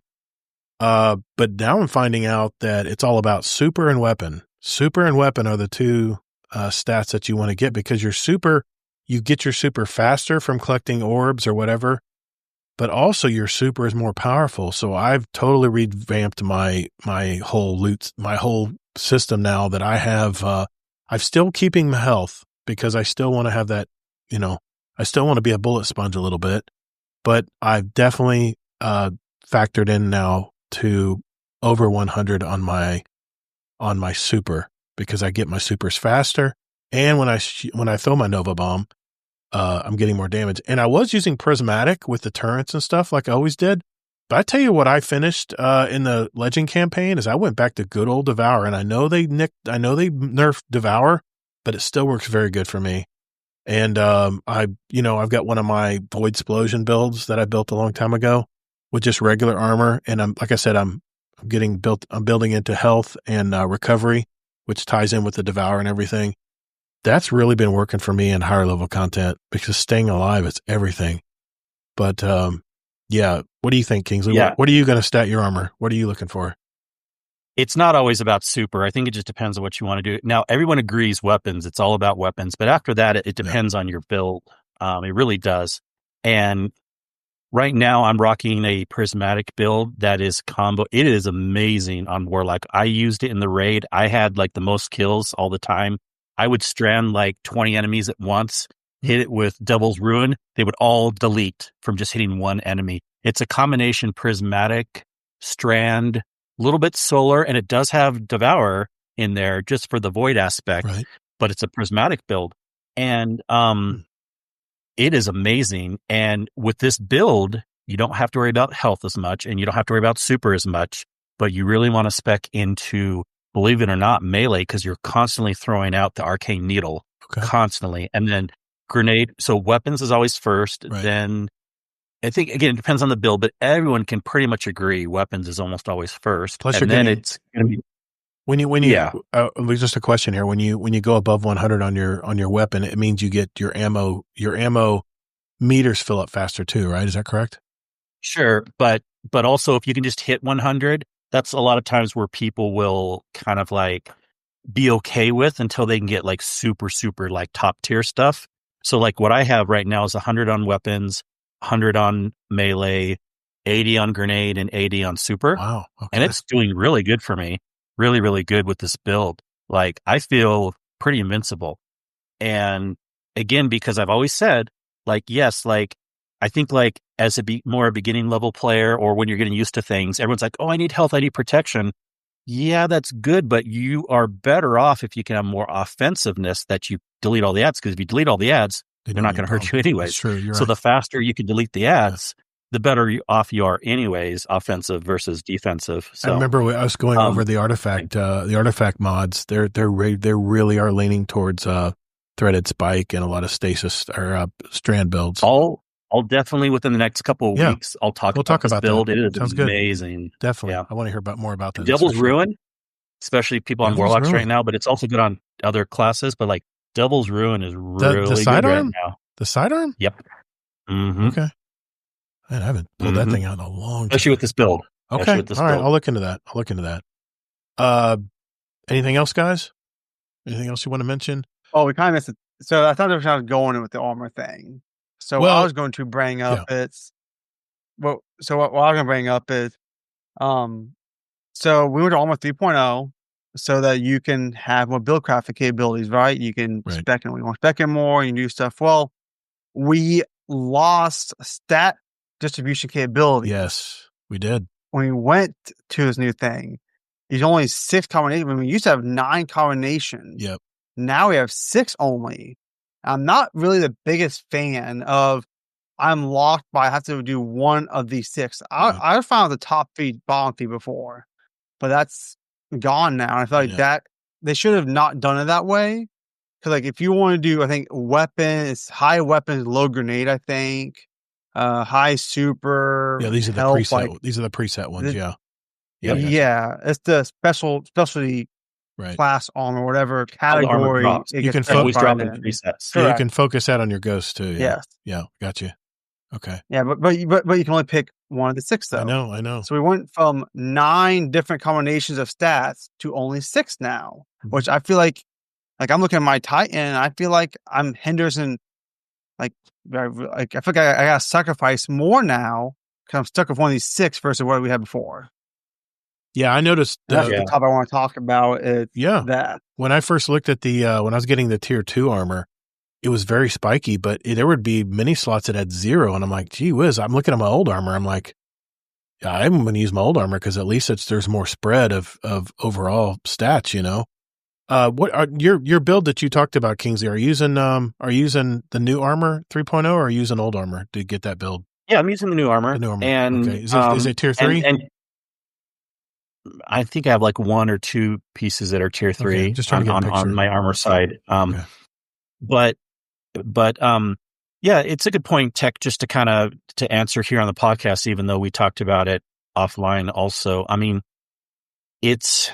I'm trying not to worry about it too much, but it doesn't mean your point's not valid because, yeah, I always don't like when they give us less options going forward than the options we already had. And I think I just got lucky with a build I'm doing right now. It doesn't seem that hard to spec into what I want, but there will be times, especially if you want to get some of those stats closer to 200, which we realistically 1, maybe 2 if we're super lucky. It'll be harder to do when there's only 6 options of new gear armor combinations that can drop versus 9 options before. So I don't know what to say. I'm not going to stress about it too much myself because I'm not a super min-maxer, but it is kind of weird that they did that. I agree, HD. When I first saw that armor and how it was very spiky, but at all these 0, like totally blank. I'm not used to seeing that. I was like, I don't know. I usually just use it as not even that because the 6 combinations doesn't mean all the rest have to be low. It's just what it means is you can only pick from 6 combinations of spikes versus 9 combinations of spikes. Yeah. A lot of 0 stats. I was like, whoa, what is this? I'm used to having more, but anyway. Well, it's build crafting. Crafting a hindrance, really. I think most of us will be getting tier 3 loot here pretty soon as we're getting more into the game, and I think that might change a little because I think tier 2 loot ends at like 62 stat, and then once you get into tier 3, I think it jumps up into like 65 or 68, kind of like some. Yeah, but maybe you're not understanding. It's not about that. It's not about how big the spikes are. We can only pick 6 combinations of spikes versus 9 now. Yeah, I got you. So it's not how big the spikes are or how low they are with 0. We can only pick 6 now versus 9 now. Yeah, I don't like that. Definitely don't like that. I don't know. I'm still playing with it. I'm fairly new to because I was hard headed, man. I didn't want to get rid of my old loot because I had 87 and with the masterworking and stuff, I had like 87 and 90 level armor, and I didn't want to get rid of that. And I'm switching over to 55 armor with some spiky stuff on it. No thanks. I'll use it as power infusion fuel. But maybe in a couple weeks we'll have a better idea of that. But it's going to take a few months and weeks for us to get because it's a whole new system. Like I said, we're restarting at ground 0 now. Blueberry drops versus in the past 2-3 years. If you're a max light level before a new expansion came out, you started at the top dropping stuff already. We got to work our way to that equivalent point we were the past 4 years. Right. And I think that's what a lot of people and streamers aren't missing is we're back to ground 1 all over again. So you can't compare the drops you got 3 years ago when we were in this power creep over halfway into a 10-year power creep already to what we're doing now. Yeah, I got you. It's totally different. Yeah. It's a totally different thing. I got you. JD Kent, I'm leveling up in the portal, so I'm only using the tech sec armor. So when I infuse it, only cost glimmer. That way you can DVR your enhancement cores. Yeah, I love how once you get to 201, when you dismantle guns and stuff, you're starting to get these cores back. I like that. I like that part. So yeah, I agree. I think I'm sticking to tech sec as well. All my new armor is tech sec. The other stuff, I don't care about running faster. I just want to be able to reload my weapons faster and have a little more not mobility, but a little more utility in how I play. So obviously, yeah, I'm going to save them. Trust me, I'm saving my enhancement cores. We got a lot to learn, obviously. So tonight was mainly just about diving in deep into the story and some of the post campaign activities and stuff. And for the few of the extra side missions I played, I felt like it was like the story was continuing. It was like, we played the campaign, we know who everybody is, we know where everybody sits. And it was just like more trivial, more side comments and stuff. I haven't really gotten too deep into the side missions yet, but that's definitely next on my list. And I'm thinking about jumping in and playing them on Mythic now that I'm at 200 plus light and see if I get better drops too. So we'll see. No, if you do Mythic, Todd, I'll buy you a fancy dinner. Really? No offense. No, I'm in Fabled. I'm in Fabled. Sorry, okay, Fabled. Okay. No, I'm not ready for Mythic. I'm not ready for 400 power stuff. I misspoke. There's so many levels, man. I'm trying to remember all the levels. But no, Fabled. Definitely Fabled. I'm past Advanced now. I'm definitely going into King Tut. One thing about Mythic, I do have to say, is the only good thing about Mythic, even though it's crappy that it's 50 under, they do not scale with Fire Team. So if you do Mythic, bring in a 3-stack. But if you're doing Fabled, a 3-stack doesn't necessarily help because it gets more complex. Mm-hmm. I wish you guys could see this, but King Tut put on. He says, playing Mythic and the yellow bar captain sees me. I'm like hiding up in a tree. Yeah. It's got a little boy hiding in a tree. Yeah, I feel you, man. I feel you. I'm not ready for that yet. But, it's out there. People complain it was too easy. Everything's too easy to play. But now they've upped the ante and made stuff a little harder now. Only thing I don't agree with, and I agree, Kingsley, this power delta shit. They need to tweak this a little bit because we want to feel powerful. And when it comes to doing any hard, high tier loot, high tier activities, in order to be in the flow, and they say people that are in the zone are at about 80% of their capacity. So I think if they can make the activity levels 80% of your playing capacity, but leave a little bit of room for improvement, I think that's going to be the sweet spot. I think they're just going to have to tweak that. And they talk about it a little bit in the TWAB, but speaking of which, we got to get moving because we are running behind schedule here. But exactly playing Mythic currently, Zombie. I got you, man. Why even have a schedule? You should know there's never a schedule. I know there isn't, but I don't want to go 3.5 hours tonight. I mean, I don't want to do that, but I want to know about this guy here. We've been talking Destiny now, and we're going to take a small break before we get into the TWAB, and I want to talk to this guy, HDTech, and learn more about him because that's what our podcast is partly about, is our community. So we're going to do that when we return.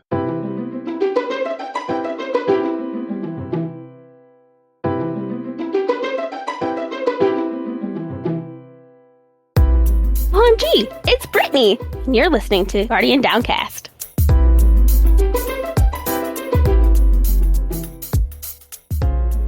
Let's talk about Mr. HDTech here. This is a guest, kind of a semi-guest episode.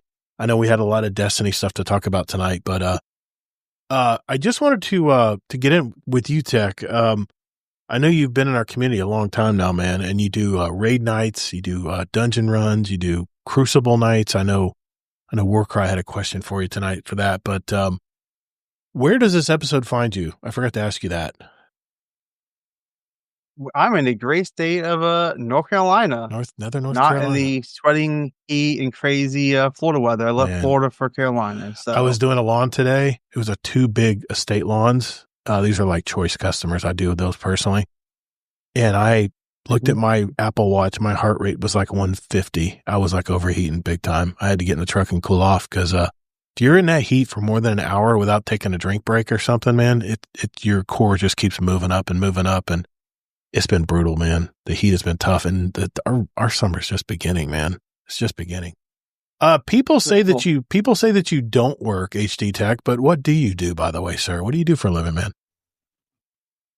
I do industrial maintenance, actually. So I work on anything in automated warehouses. It involves PLC programming or 480 high voltage work or air hydraulics, the whole nine. Anything to make sure an automated warehouse works, I'm involved in. So you work from home?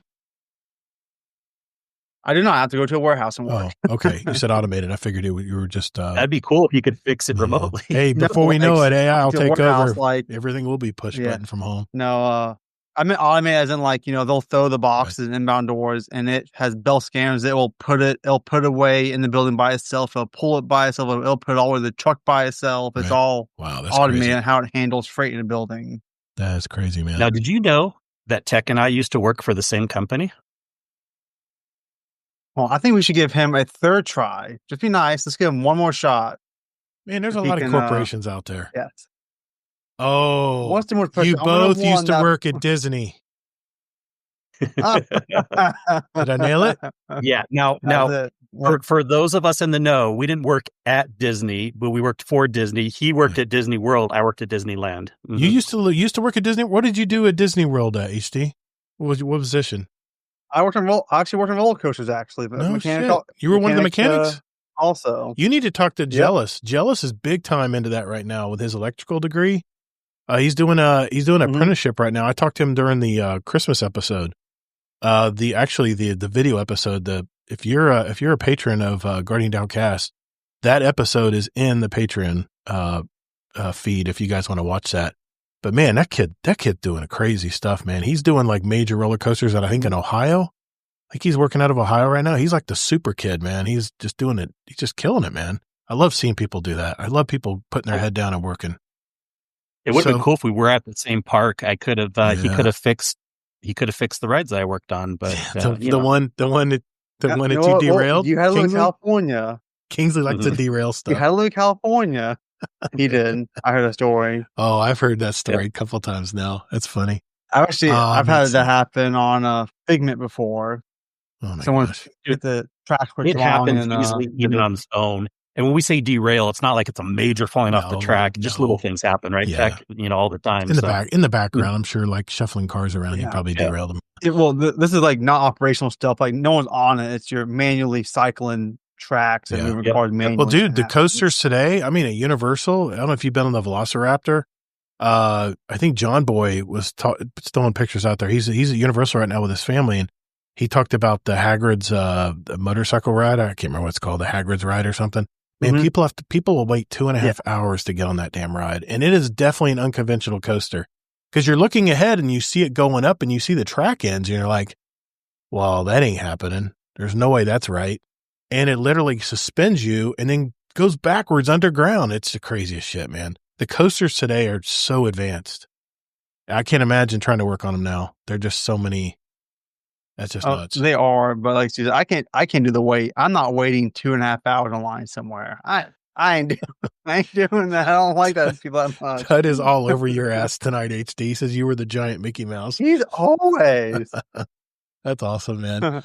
Well, when you live there and you work there, I wouldn't do the wait either. I mean, when you grow up, you get spoiled. You know when to go when it's not busy, or you get them for free, of course. So you go when it's not busy. But yeah.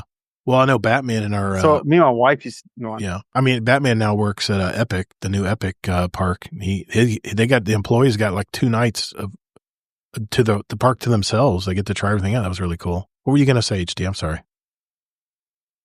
You said your wife. Well, yeah. So what we used to do before I actually worked there, we had annual passes, and we used to go just for like 3 or 4 hours, and you used to get 3 free fast passes for each day you could book. Yep. And we would go and just do our 3 fast passes, maybe have a quick lunch and dinner, and go home for a quick date day. It was great. Nice. But now it's Genie Plus now, or Genie something. It's not fat lightning lanes. They changed the logo, and you don't get those anymore in the annual passes. They changed the whole system now. Nice. Now it's expensive to skip the line. Now it's like $50, I think, a day or something like that, or sending all the data, skip the lines. Coach Weed, I see you there, man. Thanks for that. Thanks for that Prime sub on Twitch. Thank you, sir. What was your very first experience with video games? Curious, Tech.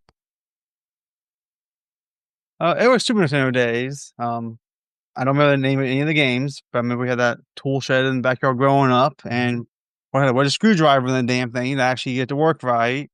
And that's the first thing I remember playing. I don't remember the name of the games. Right. The first game I really remember playing was honestly the Game Boy and Pokemon. My first thing I remember playing, actually. I got you. Like, I can tell you the name of it. Hmm. But I've always been into gaming my whole life. With the exception of the 4 years I was in service, I've been always tinkering some video game at some point in time in my life. All the way from PS1 to Xboxes. I skipped the PS3 days and the Xbox One day just when I was in the service. But Yeah. other than that, I've been around for all the rest of them. Well, a lot of the servicemen are bringing their consoles to the battlefield with them in their barracks and stuff. I mean, I've heard people doing that. I guess they have to worry about getting sand and all that stuff in it. But how did you find Destiny? I mean, are you an original Destiny 1 player, or did you jump in later like Kingsley did? So I played D1 for like a whole 3 hours. When I got in the service, I bought D1, I played it, and then I got on a World of Warcraft hook, and I dumped D1 for World of Warcraft back in the day. You and Fudd. I played WoW since vanilla. Well, I played WoW since vanilla when it first came out. So did Fudd. I think I was in middle school, I think, when it came out. Nice. So I was like, it had a deep place in my heart. But then I got back into it when I got back home. I was looking into either getting a Xbox or a PS4. And I went with the PS4 because at the time you had the Destiny Edition PS4 that was the same price as the Xbox was, plus I got the free expansion, Taken King expansion. Wow. So that's when I got hooked back into the 2. I'm like, oh, I can get this console that has a game expansion already tied to it. The fancy white one. Yep. Oh, he's going to go show it to you now. Yeah, my son was big time into World of Warcraft. In fact, I tried to get into it. I tried to game with his friends, and I go in there and I'm like, okay, how many goats do I need to slay? Oh, wow, man. That is a nice one. Yeah, that's very nice. Fancy white one. That's awesome. That's pretty cool.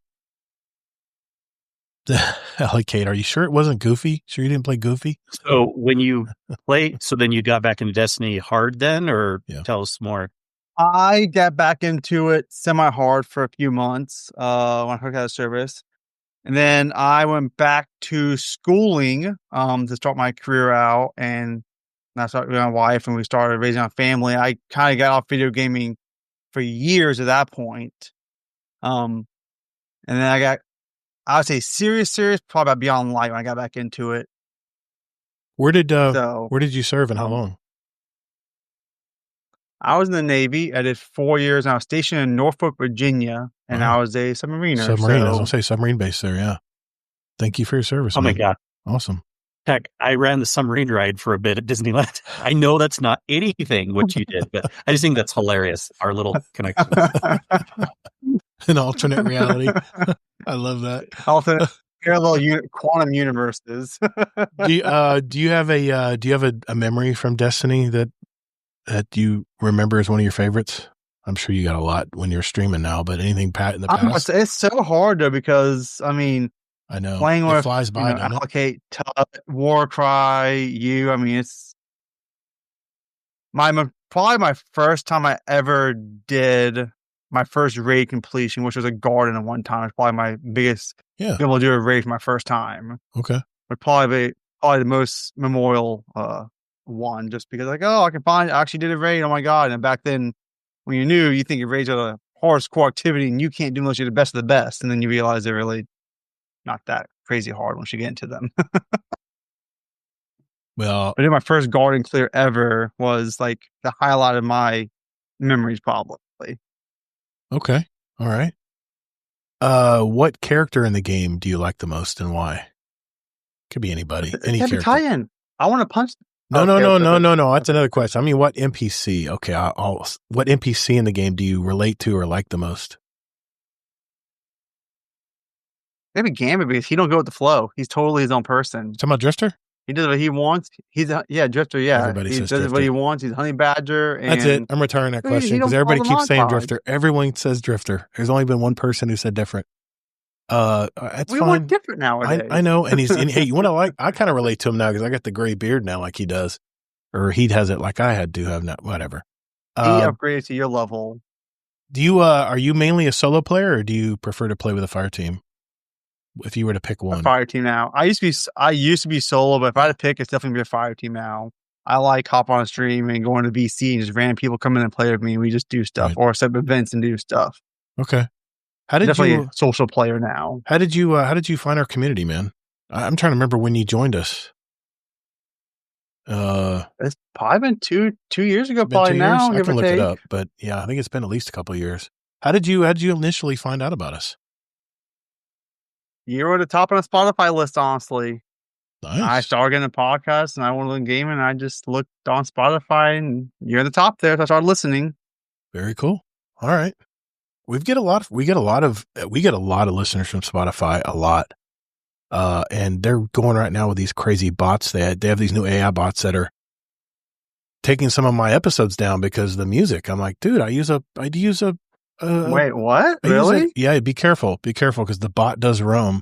And it's taken down several of my episodes. It's just annoying. It's older episodes, so I didn't really fight it too much. But anyway, Titan Hunter Warlock, we know you're a Titan. I know you're a Titan. That's all you play, and at least you're not like Sin, where you're trying to knock people off all the time when you're looking in your menus. What are you talking about? Sin does it all the time. I never do. Yes, I never he do just that. doesn't do it to me. He knows better. Thank you, Todd, for that. He knows better to piss me off. It doesn't make me mad, but Elvin, that's all he does. I remember we did a guided game one time, and this guy entered, and he was just trying to be, lighthearted, and we were doing one of the layers underneath the Leviathan, and he kept knocking me into the water, and I got so irritated, man. We just damn near kicked him from the fire team to find somebody else. I don't know if we might have done that actually, but I don't remember. But I don't know why it bugs me, but it does. Of course, the question. Wait, you said it doesn't bug you, and then you said it does. Which one is it? Well, it didn't used to bother me. I mean, it used to bother me, but now I just realize it's just kind of having fun and poking fun. I mean, it's usually during downtime, not when you're trying to complete an objective or something. But what activities do you prefer? This is probably a weird question now, but what activities do you usually prefer to play and do you most enjoy? I think I know the answer, but if you were to pick one activity in the game, what are you going to? What's your go-to? I have two go-tos. That's the hard part. I really have. Well, what are your two? Maybe one solo and one without? Crucible rating. It's either Crucible rating. Okay. Also, I have a hard time between the two of them, which I want to do more. Right. I got you. If Bungie assigned you a small but versatile dev team, especially these days, what would you work on for the future of Destiny 2? You're the boss. You own let's just say you run a team of 35 people. You have all the talent around you. What would you want to put into the game or work on for the game? God, there's so much stuff right now. We just had a whole almost 2-hour rant about stuff to improve on the game right now. Correcting the power delta? You don't need therapy like that. That should be a simple switch in a code. I don't know why they make it so hard. It shouldn't be as hard as they make it. I'm hoping they'll change that. More crucial matches. We need more crucial matches. Maps? Yes. Yep. Yeah, Batman, you were there. You were there when we had that Titan that kept knocking me off the platforms. Batman was there. Me and him go way back. King Tut says you're literally the guy version of Cloud. I know what that means. Because Cloud is trying to glaive you off everything in the Crucible usually. Yeah, Moose. I have Moose never used to be glaived anyone off, Tut. Okay. All right. Streaming. Charge maybe. Let's talk about streaming. Why stream? Why are you getting into streaming? What is it about streaming that that brought you to this torturous adventure? Well, I just like meeting people and being interactive and talking to people and just be able to hop on and start the stream up and people can chat with me or they can say, "Oh, you're online. Let me go on VC and play with you."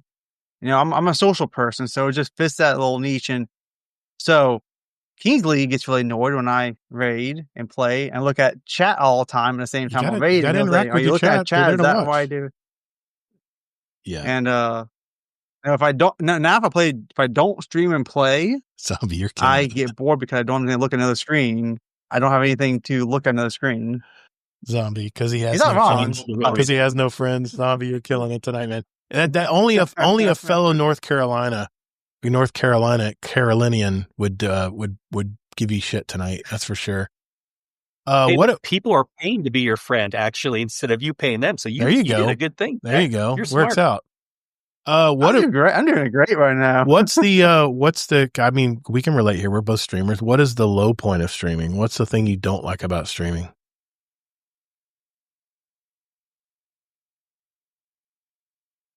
I mean, there's got to be some parts you honestly, have to it's when, well, it sucks to try to put the face on sometimes. You have a bad day and you have a really bad attitude, and you're trying to put the face on and try to ignore and put it past you and not let it affect your stream is probably the hardest thing.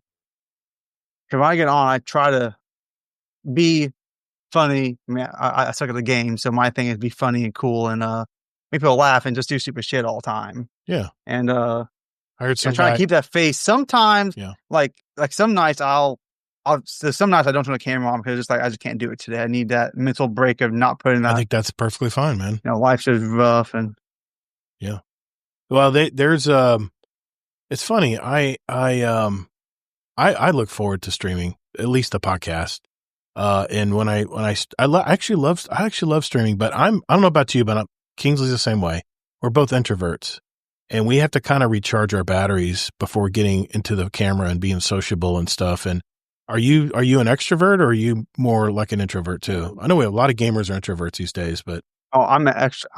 Usually I'm public. I have no problem talking. You're to an people. A person. Yeah, no problem chatting. I got you. Yeah.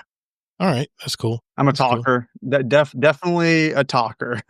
Yeah, Kelvin says you legit do a great job of that. You're always positive. Yeah, man. I've never hopped on your chat and where you've been in a bad mood. And I know believe me, I've been in some chats of some of these bigger streamers when they're not having a good day, and you'll say something and they'll bark all over you. I'm like, I used to take offense to that, but I just realized these are people, man. These are people. They have lives like we all do. They have to deal with the same bullshit that we all have to every day. And, we're just people just trying to entertain others, try to keep, yeah. It's hard. I'm a very serious guy. You'll very rarely see me actually smile.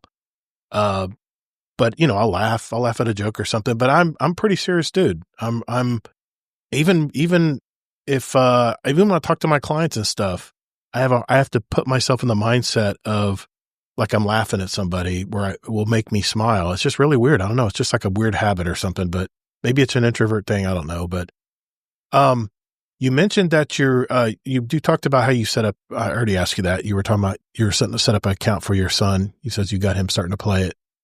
Do you have any other hobbies outside of gaming? What else do you like to do in North Carolina?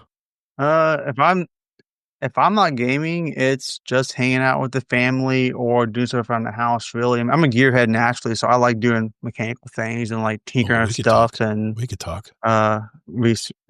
I'm a big gearhead. I love talking gear stuff. What do you like to gear on?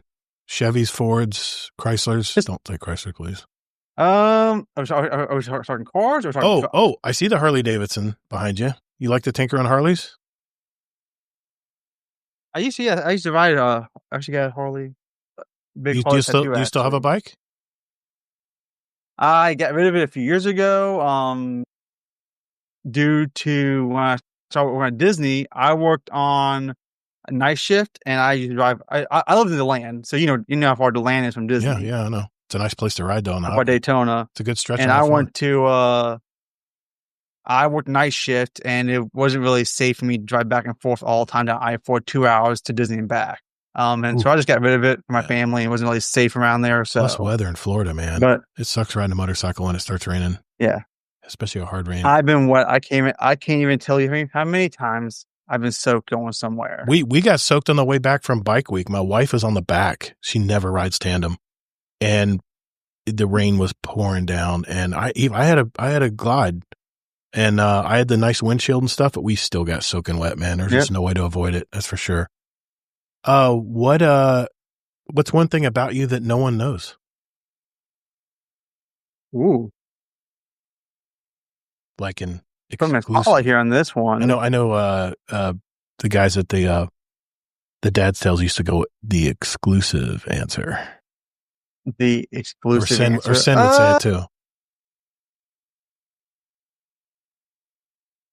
Well, zero back on that. Think about it. Zero back on that. I'll think about it. Do you have a motto or mantra that you live by? I say just treat people like you want to be treated, man. You don't need to be a jerk to everyone. Golden rule. You know, if you're gonna treat someone horrible, expect to get it back.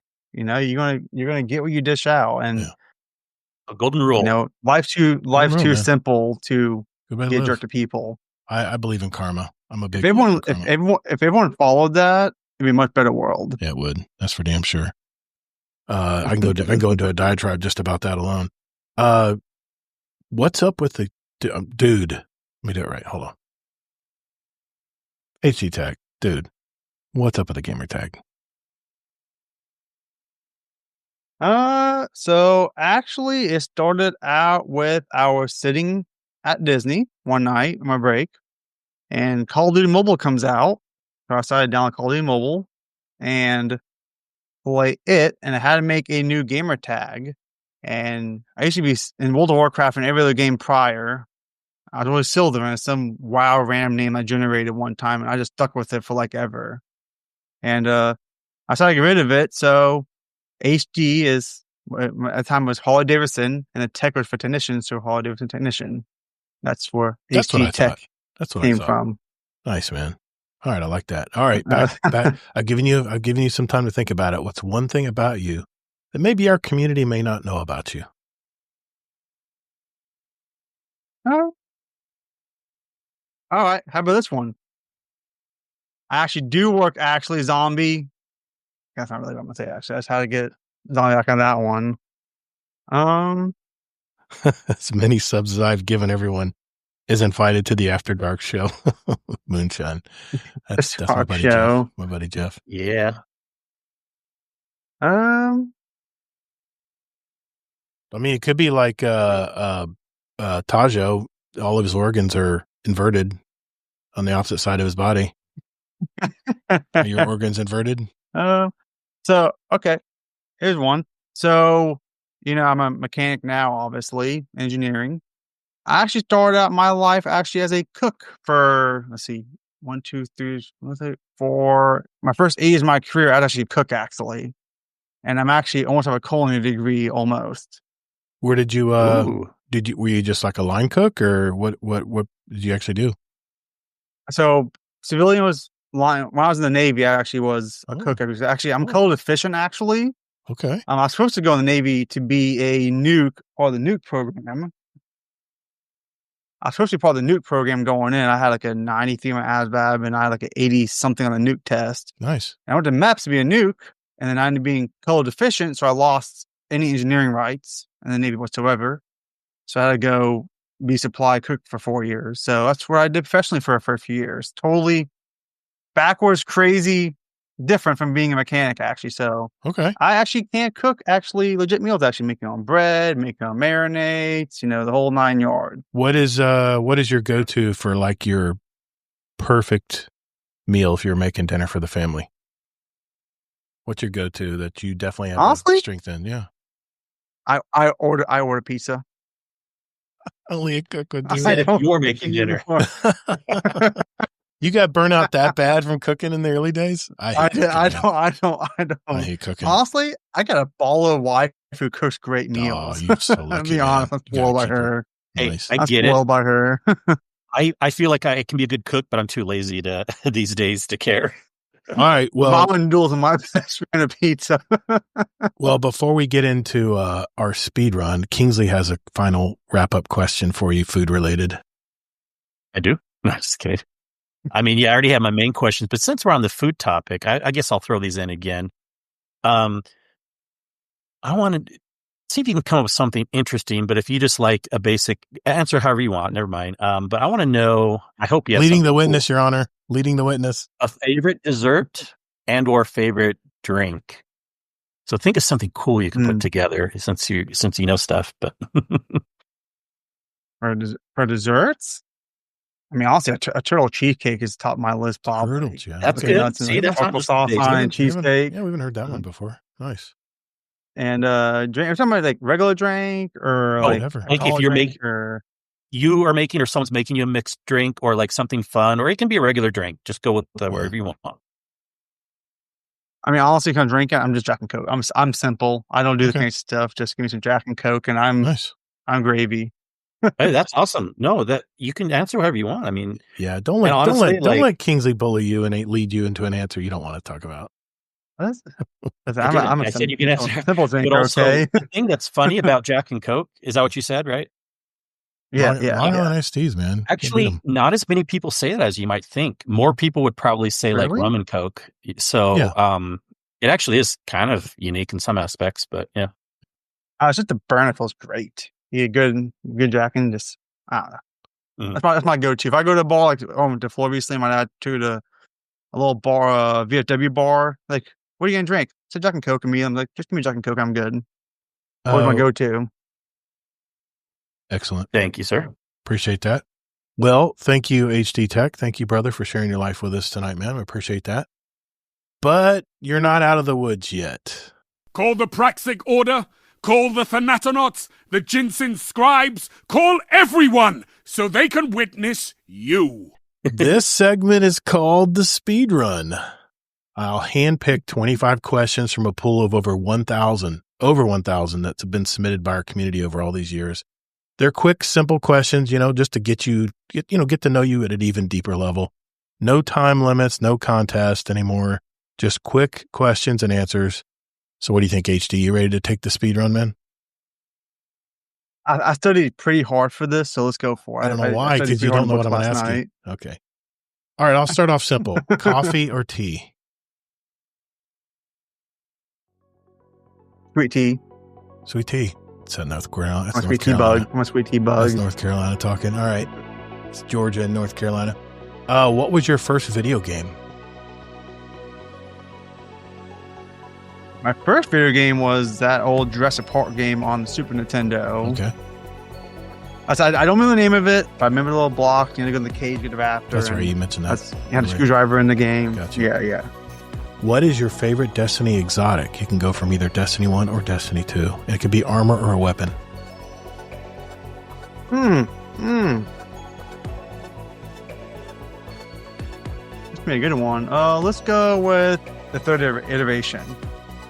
I love that scout right now. I can believe it. That thing is, I haven't put it down. Even though they nerfed it a little. Still hits good. Yeah. I tried to put it down. And it came right back in my inventory not long after.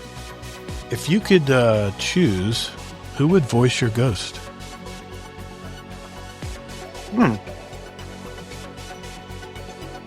Paul Walker. That'd be cool. Ooh, that's a good one. Okay. Rest in peace. Void, Solar Arc, Stasis, or Strand?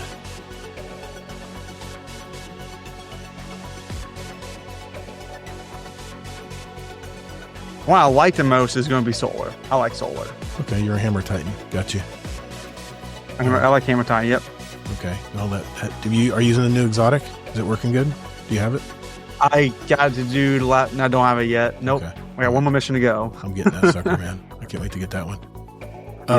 Pulse, hand cannon, scout, or auto rifle? Repeat that again, the options? I heard pulse, scout. Pulse, hand cannon, scout, or auto rifle? Auto rifle all day. Let's say you might be judged. Okay. 7. What is the latest you've been up gaming? I bet your chat can tell you. What's the latest you've been up gaming? Does that include him sleeping at the wheel?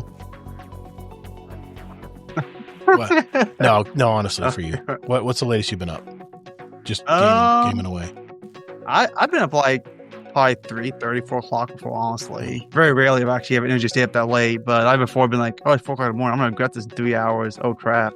I would say that's a rookie answer because I do that almost every night, but when you have to work at 6 a.m., 5 a.m., that's baller. That's definitely baller. Listen, I don't usually get that late. I'm not a night person. I got you. You see me on streams. That's like 12, 1 o'clock, and usually my time. I see the eyes starting to close at 9 o'clock. I'm like, the eyes are going. The eyes are going. I don't know how you stay awake. You're the funniest. You're the funniest streamer to watch because your eyes will start glazing over, and I'm like, he ain't gonna make it, man. He ain't gonna make this raid. Somehow you get through it. He always denies it. He always denies it. He always does. Like, no, I'm fine, man. I'm fine. You know what? It's probably from those years in the Navy. I bet that's what it is. He's learned how to stay awake. What famous person would you want to take to dinner? Now, you don't have to pay for the dinner, but what famous person would you, if you had the chance, would you take to dinner?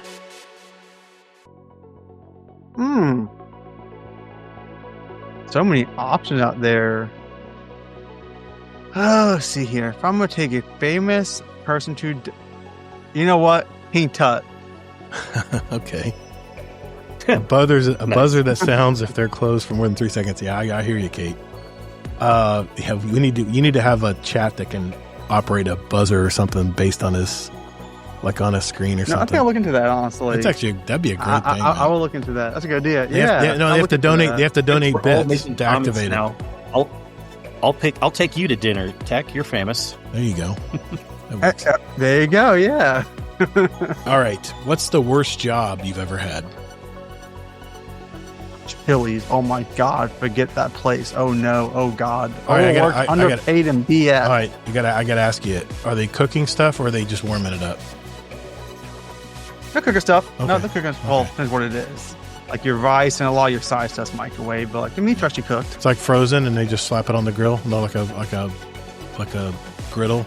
Yeah, they don't cut it there like they don't cut it like It's like all they're prepared. fresh. It's pre-cut and wrapped. Yeah. I got you. Next question. This will be number 10. Best cheese on a hamburger. You might be judged. White American. Okay, I do that White too. American. No, that's white. That's American. rare. That is rare. Okay, Really? it's that culinary Really? background. Yeah. Pinky in the air. Like you. Okay. Take a picture at your grocery store next time. Maybe it's different where you live, but where I live, it's going to be like 95% yellow American and maybe one white American to the side. But Oh no, I love White American everything. All right, nice. Ashton C, thank you, brother. Appreciate you. I just want to give you a thank you to everyone, especially Todd, for all the effort you put into Guardian Downcast. I really appreciate you. Thank you, Ashton C. Appreciate you, man. Or woman. Sorry, I'm assuming. Okay, next question, number 11. Stealth or guns blazing? You are a Titan. Hey Kingsley, what am I? I don't think he's stealth. I Gun wonder. blazing. He knows. I don't know. Guns blazing. He's a Titan. He's a Titan. I'm going full in. They're all the same. Yeah, me and But Sin look, are just you- about the same play style. Okay. Well, yeah, but and I love Sin, but I'd have to say, like, I feel like you might stay alive a little bit better than he does. Sin's reckless, man. Even in Crucible, he goes right at the enemy. I'm like, let's talk about this, guys. You don't want to run right in their spawn. All right. Oh no, Crucible is totally different. Crucible is Oh. a little different. Yeah. But Yeah, Crucible's different. And sometimes you actually do want to do that. But Smarter. but yeah, just in PvE, you do a pretty good job of staying alive with going guns a-blazing. Number 12, sweet or salty, and what is your favorite snack based on that answer? Sweet. Probably salty, and I like mixed trail mix to Good. eat all kinds of snacks. Just help someone. Like the little, Nice. Trail mix can like eat a it. Truck Supply has some really good mixtures. I don't have a bag on me on hand right now, but there's one that has like really hard pretzel bites in it, and much like it's just really good. I like the ones that have a little M&M in them too, just to give you a little sugar rush. Not Truck Supply. Rule King has a really good mixture. Nice. Okay. Number 13, if you had a personal island, what symbol would you put on your flag? That is Superman. Who else? a Superman? Superman symbol. Okay. That was given by I'm a member of our community. actually rewatching Smallville right now, actually, so that's putting across my head. Nice. Okay. Number 14, what is your favorite Destiny planet and why? Well, right now it's Kepler, but I think it's really cool. But before that, I like Saturn through Throne World, personally. Okay. We haven't heard that one in a while. Okay. Everyone says Venus, usually. At least the OG Destiny gamers. Sorry. I'm not going to be OG. Sorry, I'm I leading got the witness. few I'm less leading years the than witness. you. Sorry. I forgive me. Okay, number 15. What would be your superpower?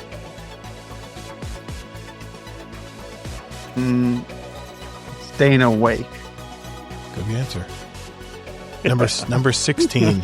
Game-winning score or game-saving stop?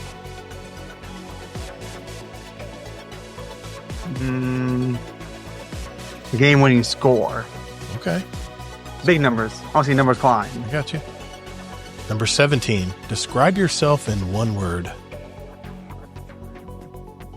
Amazing. Okay. I like it. All right. Number 18. What would be your spirit animal? I think he's typing, and I'm wondering what he's going to go with. He's probably going to say a sloth, probably knowing him. He is typing. He is typing. Let's see. Let's go with. We don't have time to wait. Yes. Go ahead. We still got the 12 to read here, HD. Come on. Oh, Jesus Christ. First, hey, it's supposed to be the first thing that comes to your mind, man. Kill a shark. Kill a shark. Okay, I like it. I like that. Okay. I go in combat and I go for it for the kill and I go for it. Yeah. Fast. I like it. Got to always be moving. Do you know can you drive a stick shift? Yes, I can. Good job. Points awarded. Number 20. Favorite armor, shader, color. And you can look it up on dem if you need to. Super black. I'm with you there. I got it on right now. Got it all in my new gear. 21. What is your favorite summer activity? Since it is summer right now. Probably fishing. I like it. Fresh or salt? I like salt water if I can, but fresh water is fine. Gotcha. Okay. Number 22. Would you describe your style as retro or modern? Modern. I'm definitely not retro at all. Okay. Definitely modern. Surprised me. Okay. Number 23. If you had the choice, would you rather go back in time, talking about the 9, or go forward into the future? Back in time. Okay. Correct the wrongs. No regrets. 24. If you had more time, speaking of time, what would you do with it?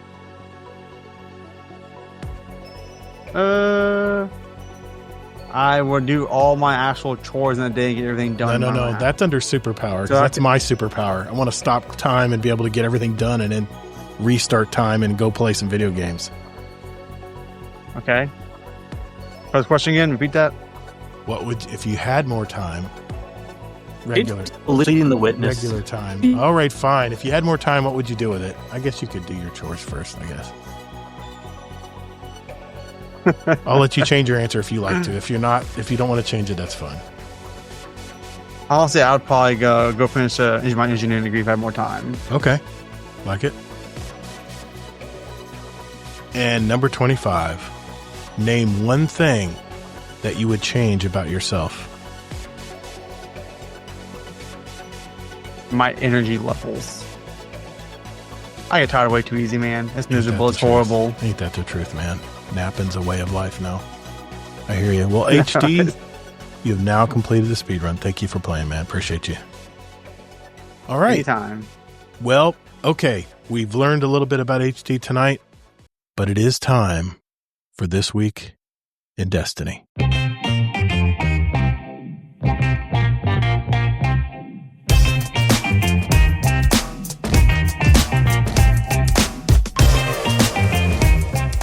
Hey Guardians, I'm currently freezing my butt off because Gator has the thermostat too low, but you're listening to Guardians Downcast. You're listening to what? You heard me. No, it's Guardian Downcast. Do I have to be jealous I again? know. I'm over this. Cut.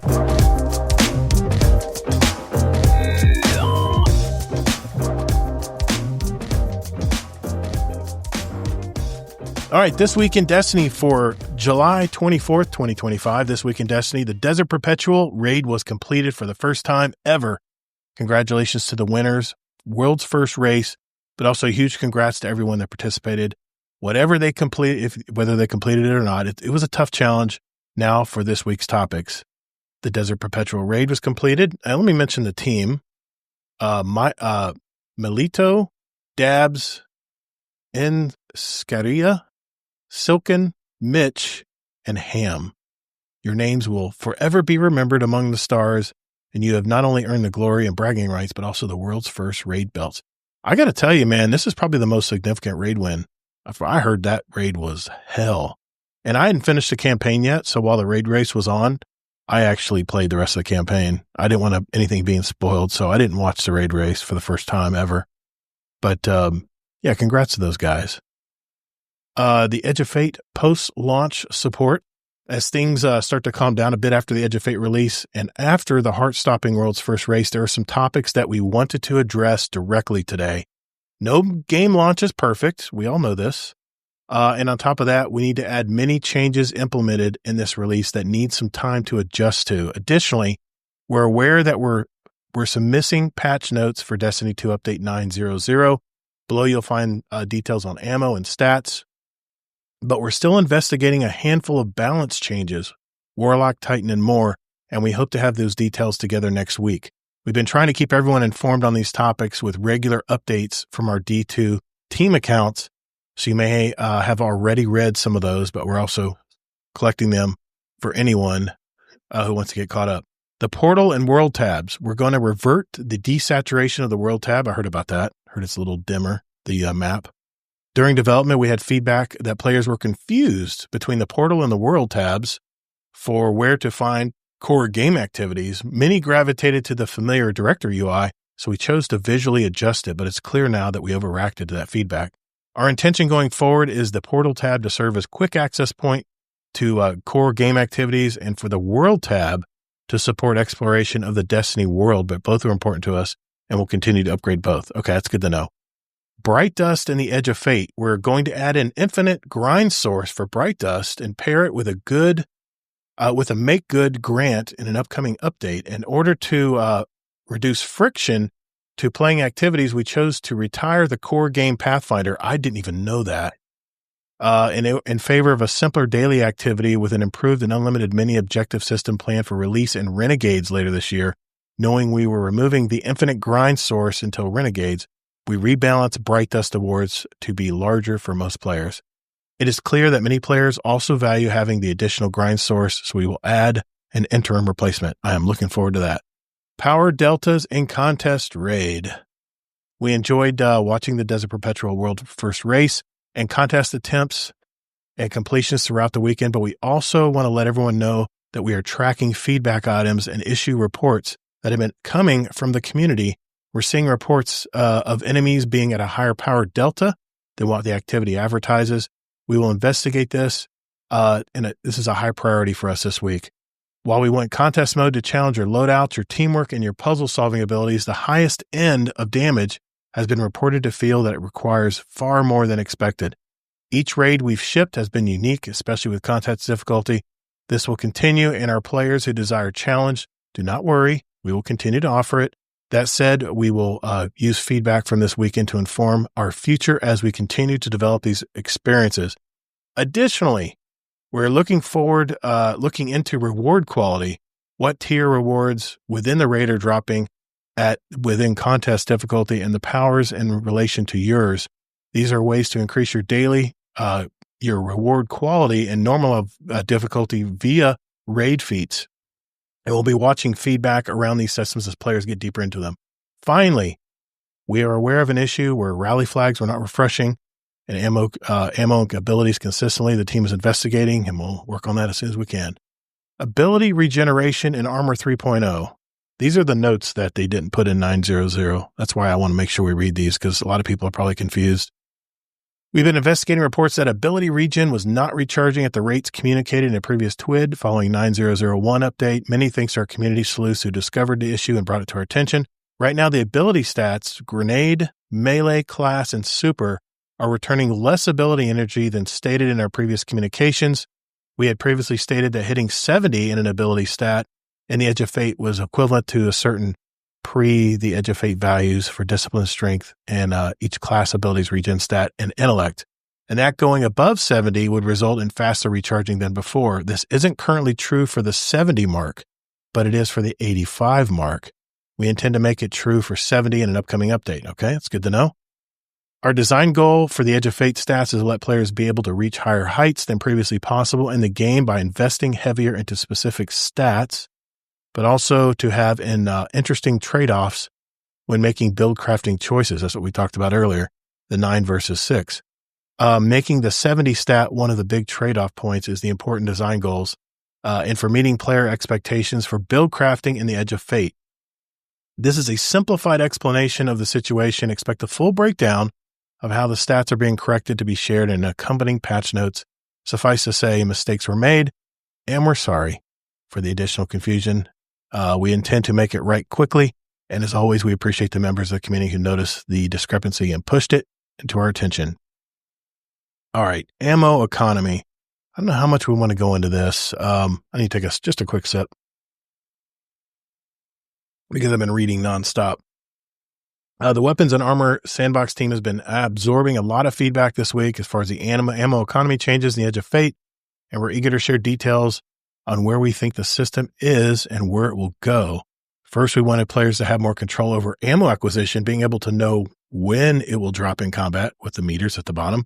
Secondly, we want to provide build crafting options to generate ammo with some trade-offs that we could evolve into long-term with more build craft support options. In the Edge of Fate, ammo can be built into through the ammo generation stat, mods, and perks in weapons, and the weapon stat and ammo tuning mods in armor. Lastly, we wanted to slightly reduce ammo gains for players who don't invest in the stat at all, providing more ammo than the pre-Edge of Fate values.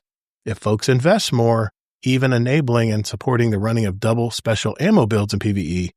However, we missed the mark, and basically they're sorry. They're working on updating and balancing the core system to promote healthy build crafting diversity and to construct a fun living sandbox for players to engage in.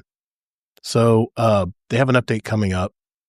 They're increasing the rocket sidearm ammo per ammo brick from 6 base to 10 to 12 with an enhanced ammo brick. Swords fixed a bug that was reducing their total. I noticed that. This was also increased their ammo per brick slightly. Fixed the air denial frames. I heard about that.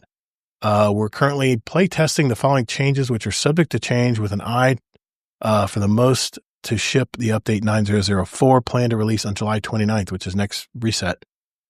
Players at the lowest end of ammo investment, 0 mods, 0 stat, will see ammo progress faster, providing more bricks. Ultimately, our initial tuning was a bit too punitive, and we want to bring it more closer to the pre-Edge of Fate values while still encouraging a bit more buildcraft investment to procure ammo more regularly. Increase the ammo brick for some additional weapon types, but the ammo generation stats for some exotic weapons are still lagging behind, so they generate ammo faster. In the long run, we want to address the following feedback. We want to provide a better method of highlighting ammo drops or recovering ammo if it falls in the map or to be unreachable locations, improved on how to assist generate ammo for players, and continue to build more sandbox combat hooks in generating ammo, enabling players to feel like they specialize in ammo generation even for their teammates. I like that there could be a more supportive role if you build craft into it. That might be pretty cool. More activities coming to the portal. Now, Kingsley, you said this wasn't a whole lot. Yeah, it's not. Look at the list. These are the things they were already planning anyways. Yeah. Week of July 22nd, expert and master matchmaking options. That's not even a new activity. That's just more options. Yep. Week of July 29th, Arms Week. Yep. That event launches. Yeah. And is that even in the portal, or is that just something? I thought you go to 801 and no, something. Arms Week. The only thing I saw this week was the Suro's weapons did more damage. It was like a sponsor. No, that's not Arms Week. That's something else. Oh, that's a not bonus like feature. Yeah, always that's week. That's the hand cannon thing. That's a sponsorship thing, right? Arms Week is next week. Yes, the actual Arms Week. Yeah. Focus on hand cannons. Ugh. Travis Harris is back. Yeah, the coil opens. Yeah, but I heard with the Arms Week, it's something through Ada. I don't know if we're actually launching something in the technical portal. The main thing is Trials is coming back. Nothing new there. And then the coil activity they're adding on July 29th. Yeah, but they're going to have new armor sets and tiered weapons to earn. I might actually grind some Trials if it have some really good rewards. I'll have to see. Okay, but a bunch of activities to the portal? Not quite. Yeah, they're going to bring the coil activity and fire team ops on the next reset as well. But August 5th to 19th, Solstice event will take place. And you mentioned you saw some leaks that some of those rewards look pretty cool. The Solstice event will take place. Matchmaking opens for Grandmaster Fire Team Ops on the August 5th. That's cool. Week of September 2nd, Heavy Metal returns. And September 9th, Ash and Iron major update, dungeon content, more details to come. Dungeon content. Yeah. Well, on September 9th will be, since that's the major update, that's where they will change the whole portal anyway. So they're going to remove things, add things in, but I'm not holding my hope that it'll be more than we have right now. It'll kind of still stay that smaller amount. We need to have like double the amount of stuff in portal before we're really like happy with it. But well, I wanted to read this on Arms Week because we don't really know what this is yet. It says, as we mentioned above, Arms Week is coming on July 29th. That's next reset. The name might sound familiar to most veteran Destiny 1 players, yes, but the approach is quite different this time. Arms Week is a 1 week duration event focusing on a single weapon archetype. In the first week, we are honoring hand cannons. Why, Bungie? Why? Because they're good. Whatever. Yeah, they're good. What are you talking about? It could have been worse. It could have been shotguns. The first step, don't hate me. Wait. If you're a Bungie shill and all the guns have a good feel, you should not talk down on any weapons. I'm going to at least try it and get a damn hand cannon. I'm probably going to dismantle it, though. The first step into Arms Week is to visit 801, not at her usual spot. Bungie shill will like all weapons. It should be. But we're going to visit her we're not visiting 801, but not at her usual spot in the tower near the Drifter, but at a new shooting range that launched alongside the Edge of Fate. Yep, I visited it and tried some stuff out. That you can launch via the tower map. 801 will give you the pursuit that kicks off the Arms Week event, as well as the brand new hand cannon, Phonutria Farah. More on this cool new weapon below. By playing activities with hand cannons, you'll gather enough telemetry, like you said, Kingsley, 100 kills probably, that allows 801 to build more weapons and other rewards for you, including the limited time but very powerful volatile mod. Okay. You can slot into the event's featured weapon archetype. It's solar, though. Okay. Whatever. Then... that's the best hand cannon. It does look good. I mean, come on, it does look good. I don't know. We'll see. What are those mods? Okay. Yeah. All right. We'll see. So Bungie said this is a new thing coming to the portal. Right. All that meant was we go to 801, we pick up a quest, and we play the other things that are already in the portal. Go kill shit. See what I'm saying? They're talking it up way more than it actually. Maybe so. Until we try it, I'll comment on this next week, obviously. But he says, then with your favorite hand cannon in hand, you'll also have a set of daily and weekly challenges that we'll be able at the Arms Week event home. Remember they talked about the home sections? Okay. That'll be in there. So they will have daily and weekly challenges. So that's good. That's good. That'll be in the portal, probably next to the seasonal, right? And like its own home in the map. Or is it in the map? Can't remember where they put it. It'll probably be in the portal, actually. Portal? Okay. To be fair, I'll try to be fair on that. So they called it is actually. Yeah, they called it event homes. Yeah, that's right. Completing these challenges will reward your progression in the event track, which has rewards of many types, from currencies to holofoil weapons if you reach a higher rank. Ooh, okay. But also event tokens. These tokens are essential to the event, help you get more rewards in the event shop. The other currency is to take into consideration are reroll chips, earnable from the event track and the event shop for event tokens and silver. Okay. Weapons. And I'm actually excited to get this hand cannon too. Just see what it does look pretty cool. Bungie has not given me a hand cannon yet. That has changed my mind. I'm just an old Call of Duty Battlefield guy. There's been plenty of good hand cannons. I cannot. Can you? All right. Talking to the Call of Duty and Battlefield fans out there, can you imagine running in Battlefield with a freaking hand cannon? This game is not Battlefield. A pistol? I'd rather have a AK-47. Why are you comparing this game to Battlefield? I don't know, because that's what I grew up on. Weapons and more weapons. As you can imagine, hand cannons will be the focus also for rewards, as we teased above. There are new solar hand cannon that's kind of star of the event, the Phonutria Farah. It's one of the first ever spread shot hand cannon. Trial of Osiris will have another one. And it works like a shotgun that has been traded. Oh, there, I said it. I was too early. It is a shotgun that has traded a bit of a punch for the ability to use primary ammo. I heard the range is very small, though. That's why it has perks like 1-2 punch and its perk pool. Okay. Along with a Phonutria Farah, there's a set of legacy hand cannons to earn for Completionist and Ribbon Tail, the new strand adaptive trace rifle that can roll with proximity power and detonation beam, among others. On top of these weapons, there's also a new volatile system mods that will also be earned through Arms Week. They are available for the duration of the event and can only be slotted into featured weapon type. So put them on your hand cannons and wreak havoc. Chaotic munitions, precision final blows produce randomized effects. Okay. Cowboy grip, supremely improved hipfire accuracy, weapon performance. Fragmentation rounds, precision final blows create multiple explosive submissions. Hope you enjoy our next event. You know, I got to admit, this portal sounds like the jumping off point to throw extra content in all the time. Just switch it in and out. And that part I do like.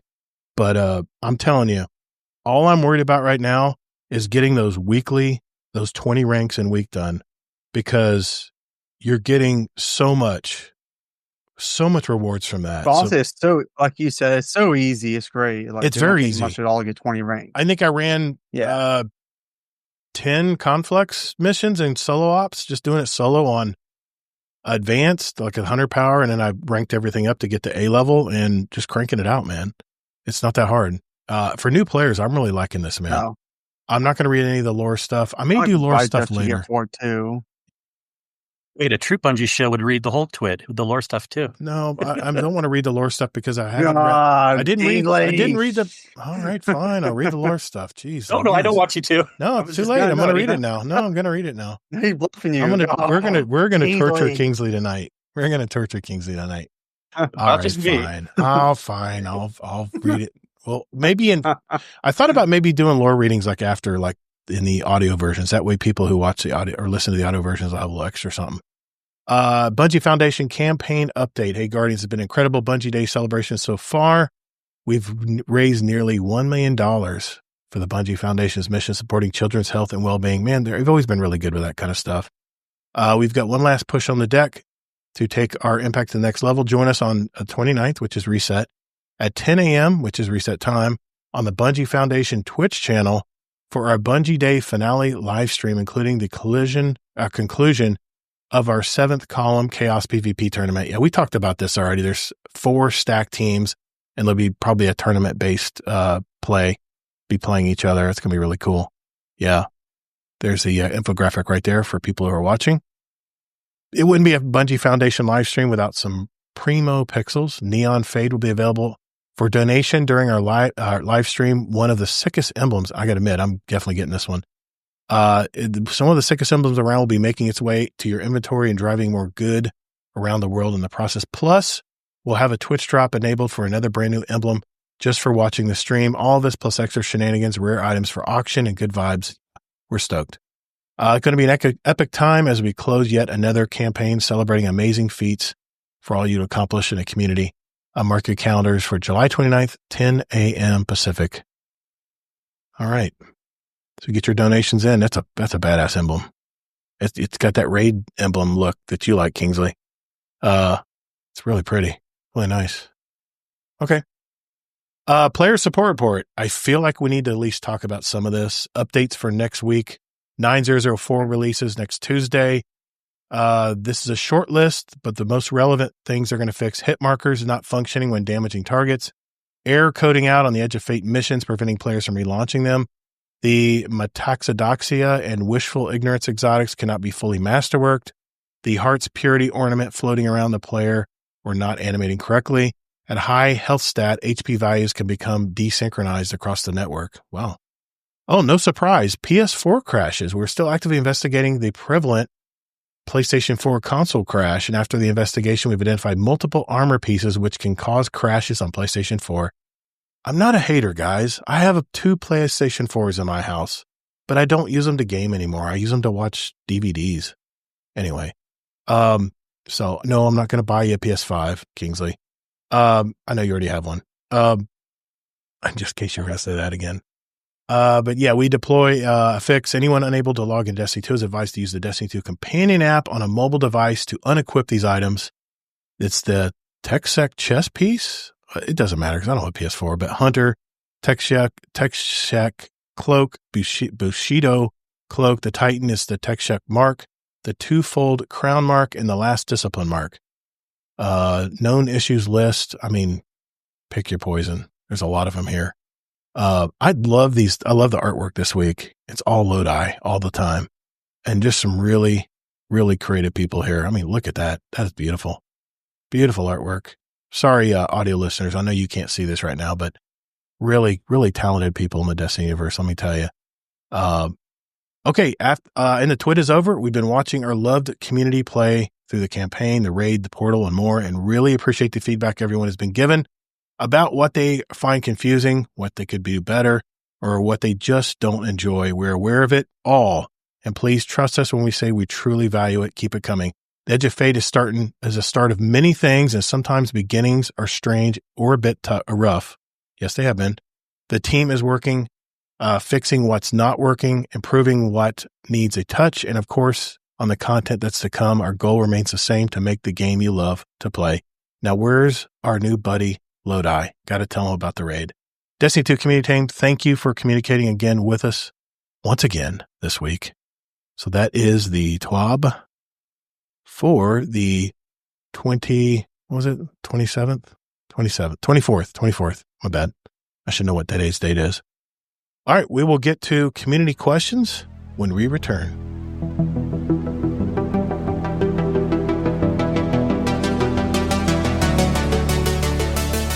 Hey Guardians, would you like to send a question for the show to us? There are 4 ways to do it. First, you can join our Discord server at discord.gg/Guardian Downcast. There's also a join link in our show notes down below. We have Guardians from all walks of life and all over the world, from new lights to day one players to hardcore gamers. There's also a channel labeled Podcast Questions where you can type in your question for the show. So come hang out with us. You can also email us with your question at guardiandowncast@gmail.com, or we also occasionally post about our upcoming show and guest, and you can respond there with your question at Guardian_D_cast is our X handle. Finally, you can send us a voicemail with your question at guardiandowncast.com, and we might play it on the podcast. Think of it as talking with us right on the show. Thanks for listening, and later, Guardian.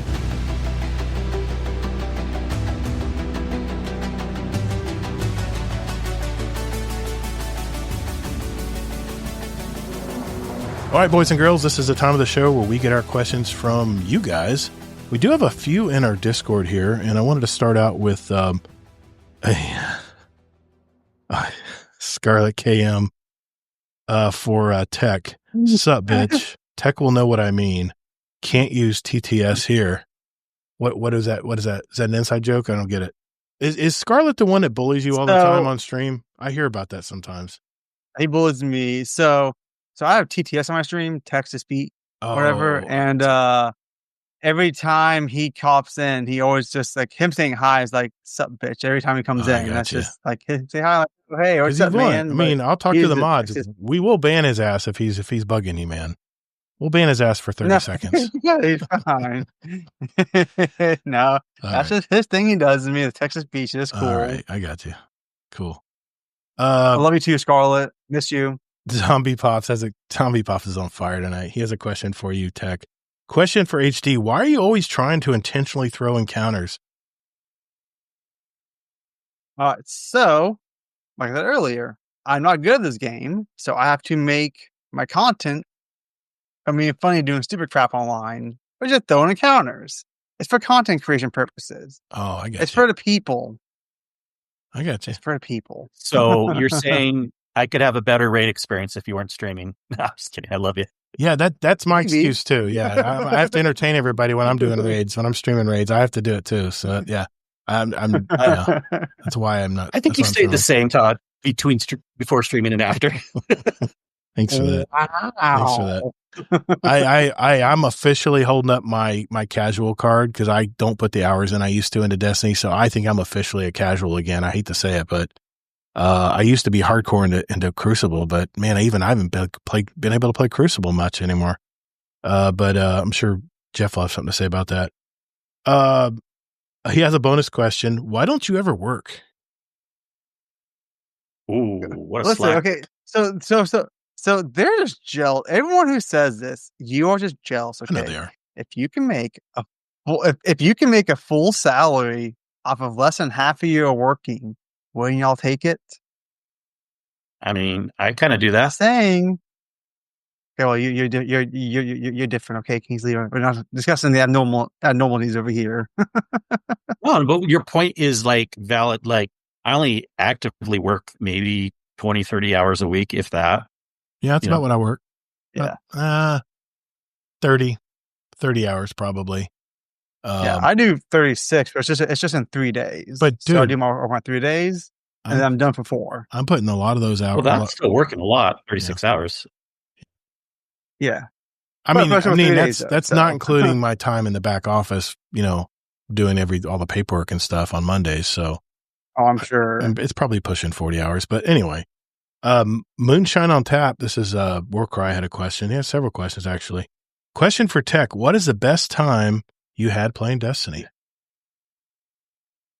I'll just playing with GDC, Warcry, Todd, Tut, Allocate, everyone, Scarlet. It's just the community we've honestly had. Just playing with everyone is just a good experience overall. It was a fun night. Yeah, I can't name one specific person or one specific event out of everything. Can't do it. I want to try one of these raids at -10. I want to see if it's any harder. He also asked, "What would you do without your Tuesday and Wednesday? We have 3 listings." Well, he asked a follow-up question. What would you do without your Thursday Crucible group? I guess every Thursday you have a Crucible night, right? Yep, every Thursday. Sometimes Saturdays too, but every Thursday is Crucible night. What would I do? I guess I would just not have a good time and be depressed with my life while playing Crucible by myself. Well, he says, what would you do if you couldn't stream anymore? Could you go without streaming? It'd be hard. Like I said, it'd be like being able to stream really gets my ADHD fixed in. I'm always looking at a screen while playing at the same time, and it keeps my mentality straight of focusing on many things at the same time. So if I just played a game, I'd be so bored. I feel like my brain, I'd be scatterbrained really bad, worse than usual. Okay. This was a question from McMaximo. This was in our Destiny chat, and I put it in here because I thought this would be good. There's probably other people who are wanting to know this information. This is from McMaximo. He goes, what gives more points in solo ops? Speed running for the time bonus or taking the time to kill everything and not get the speed bonus? And no, I can't do both. I can answer this question because I've run a ton of them. And maybe you guys can add to it if you have a different answer. It depends on the objective.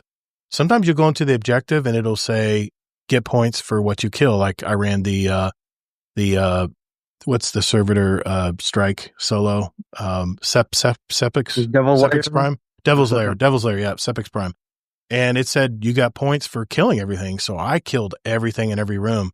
And let's keep in mind the time bonus gives you 15%. That's it. And there's been many times I don't get the time bonus by just a little bit. That's all you get, 15%. That's all it is. Huh. So I never looked at it, though. If the thing I love, like I said last week, the thing I love about solo ops is that they have objectives up there on the left, side of the screen that don't go away until you complete them. I love that part because it keeps me focused on what I need to do, and I don't have to keep pulling up the screen to find out how many I got left to kill or whatever. But I've speed run it. I've done it both ways. But if it is like some of the solo ops, I know Conflex was this way. You had to complete objectives to get points. You kill a bunch of stuff and you look at your score and it's still 0. So speed running would definitely be helpful there. Not worrying about killing stuff, just to kill enough where you can get by into the next rooms. But it depends on what the objective is. Some of them are objective based scoring, and some are actual where you kill stuff and get scoring. Some of them may be a little bit of both. So just keep that in mind. But I wanted to answer that because solo ops is very new. There's probably a lot of people out there who don't know the best way to run them. Yeah. Well, seeing the question was here too, because it also got asked in the main. You're roboting. Say it again. Repeat what you said. He also posted that question in the main Discord. Did he post it to 2 different No. I brought it from the Discord chat. I copied the text and put it in here because I thought people want to know about it. Yeah. Well, then let's tell some more too, because the other thing, yes, definitely the speed part is less of the equation. It's 15%. But where that could really help, the thing that people need to remember is when you're doing harder level, like especially once you start cranking it up, if you don't want to add just one more modifier that'll make it go from a B to an A, it might be better to add the speed run thing, which will give you that 15% rather than one more negative modifier. That's true. Yeah. So speed run is only 15%, but it can be very important if you're min-maxing and harder levels later on. And there's only one, I know a big part of the seasonal weekly reward track is completing bonus focus missions, like make sure it at least is a B when you complete it.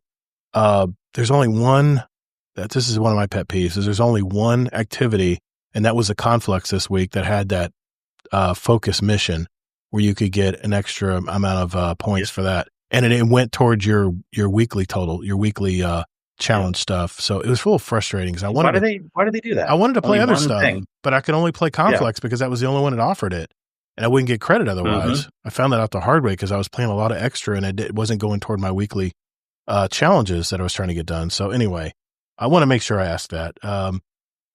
Dorath has a question. He says, you are captain of a raid team. You must choose 5 famous characters from movies or TV shows, not the actors or actresses. Who would you choose? What are your 5 other members on your raid team? In that one. 5?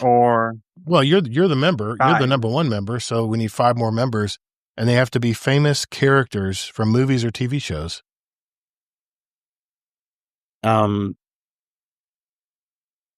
I don't like questions that have so much work for us. All right, let's build one. Let's build one together. I'd have Neo, of course, from the Matrix. I'd have Neo. He'd be my lieutenant probably next to me. What about Breaking Bad? Sure. Let's bring him in. He knows how to cook stuff. He knows how to. He's a smart guy. Knows how to figure stuff. I can't remember his Walter White. I should know that. I got a mug in here that says Walter White. Anyway, that's 3. So we need to add 3 more characters. John Wick. Luffy. One has to be John Wick. Mickey Mouse. John Ike? Who's John Ike? You mean John Wick? Yeah, there you go, JD. I thought that's what you said. Yeah, John. Well, all right. I'll have Neo over here. I'll have John Wick over here. No bias. And then Walter White. So we need another player. Who else are we bringing in? Marilyn Monroe. Okay. That'll be the eye candy, right? She'll be the pretty one that sits in the corner and kills ads for us. All right. Well, let's see how that works. All right. Okay. Well, I'm not confident yours will be any better just because they're cool character in a movie doesn't mean they're good. But they have gun training. Both of those guys have gun training. Neo can bend things with his mind. Are you being sexist? You saying a girl can't be good in the team? I would. You said Marilyn Monroe. I was like, okay. I don't see how that fits in the fire team, but okay. I would, if you're going to say girl power, I mean, I have to use characters, right? I can't use the actors' names. Shoot. Okay. I'll pick Ballerina, the John Wick spinoff. She was badass. What was her name? Damn it. That's way too far away for me to remember. Halle Berry. I mean, she kicked ass in John Wick movies too, with her 2 guard dogs, her Australians. Okay. I guess no one's helping me there. So I guess that's going to be my answer. Thank you guys for helping me out there, leaving me out on the branch. Okay. It's hard for me to think of that stuff. I don't think Marilyn Monroe knows how to use I don't think she knows how to use a Tommy gun. We don't. Yeah. Just because the question's there doesn't mean we have to answer it. I understand, but Dorath spent the time to put it in there, so I'm you kind of do. Yeah, you kind of do. Uh-oh. I see the eyes closing on HD. We better get rolling here. Listen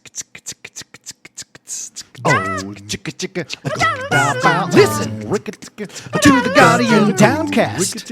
Oh, it's a playlist. Yes. Ooh. And I've heard they've won awards for it and such. This is the part of our show where we pick a song for our Guardian Downcast show playlist on Spotify and Apple Music. If you want to follow along, I think we have over 100 people following our little playlist to see what we add every week. It's very much a time capsule of our show. We've added it ever since episode 1. back in 2019. So, by the way, tonight we celebrate 6 years podcasting this show. It actually was midweek last week. Holy moly. But today being the 24th, this is, I guess, officially, if we're going by resets, this is officially our 6 years of Guardian Downcast. So I'm very, very proud of our community, how far we've come. Very proud of you. Very far, how far we've come all these years. And all the hosts along the way that joined me have come and go. But I'm very, very, very happy and very proud of our community. And I love our community, man. I love that this is just a safe place to come and talk Destiny, especially in our Discord community. And I really love that we have more of a mission of what we want our community to be, It's really cool. Okay, HD, I'll go to you, man. What are you going to add to our playlist tonight, sir? And why? So I picked Don't Blink by Kenny Chesney. And it's one of those songs I remember growing up. And the song was about whenever we're young and we're 18, we thought we knew it all. We didn't listen to mommy and daddy. And as you get older, you realize they actually knew something and you weren't that smart. And it's just kind of one of the songs like, I got 4 kids now, and you just go through life and realize how short life is really. And, the cycle that you go through growing up, you go young, you think you know everything, you think you're everything, you get old and you realize that daddy and mommy were actually right and you were not, your person. So it's one of those things that as you're raising kids, you really realize the full circle of how you were also. Very nice. I'm tempted to change my pick tonight, but I'm going to wait. I'm going to wait until our next guest episode to add it. But I was looking through our playlist and I said, what bass core groups do we not have in our playlist? And I had to go with a classic tonight. Mm-hmm. We don't have enough REM in our playlist. And this is one of my favorite songs from them. It's from their 87th album, Document. It's The One I Love. I mean, I can sing all the songs to it. I'm not going to tonight. Haven't drank enough. But it's a song I could just cruise around to all day on the road. Just love that song. It's one of their most iconic songs from when they first started back in the late 80s. So, yep, that's my pick for tonight. Hey, listeners, I just wanted to take a minute to thank our sponsors and advertisers. Thanks to our Patreon community, we don't need to worry about that. So enjoy continued ad-free listening. And if you're thinking about giving back to a listener-supported podcast like this one, check out GuardianDowncast.com and hit that Patreon button to find out more. Later, Guardian.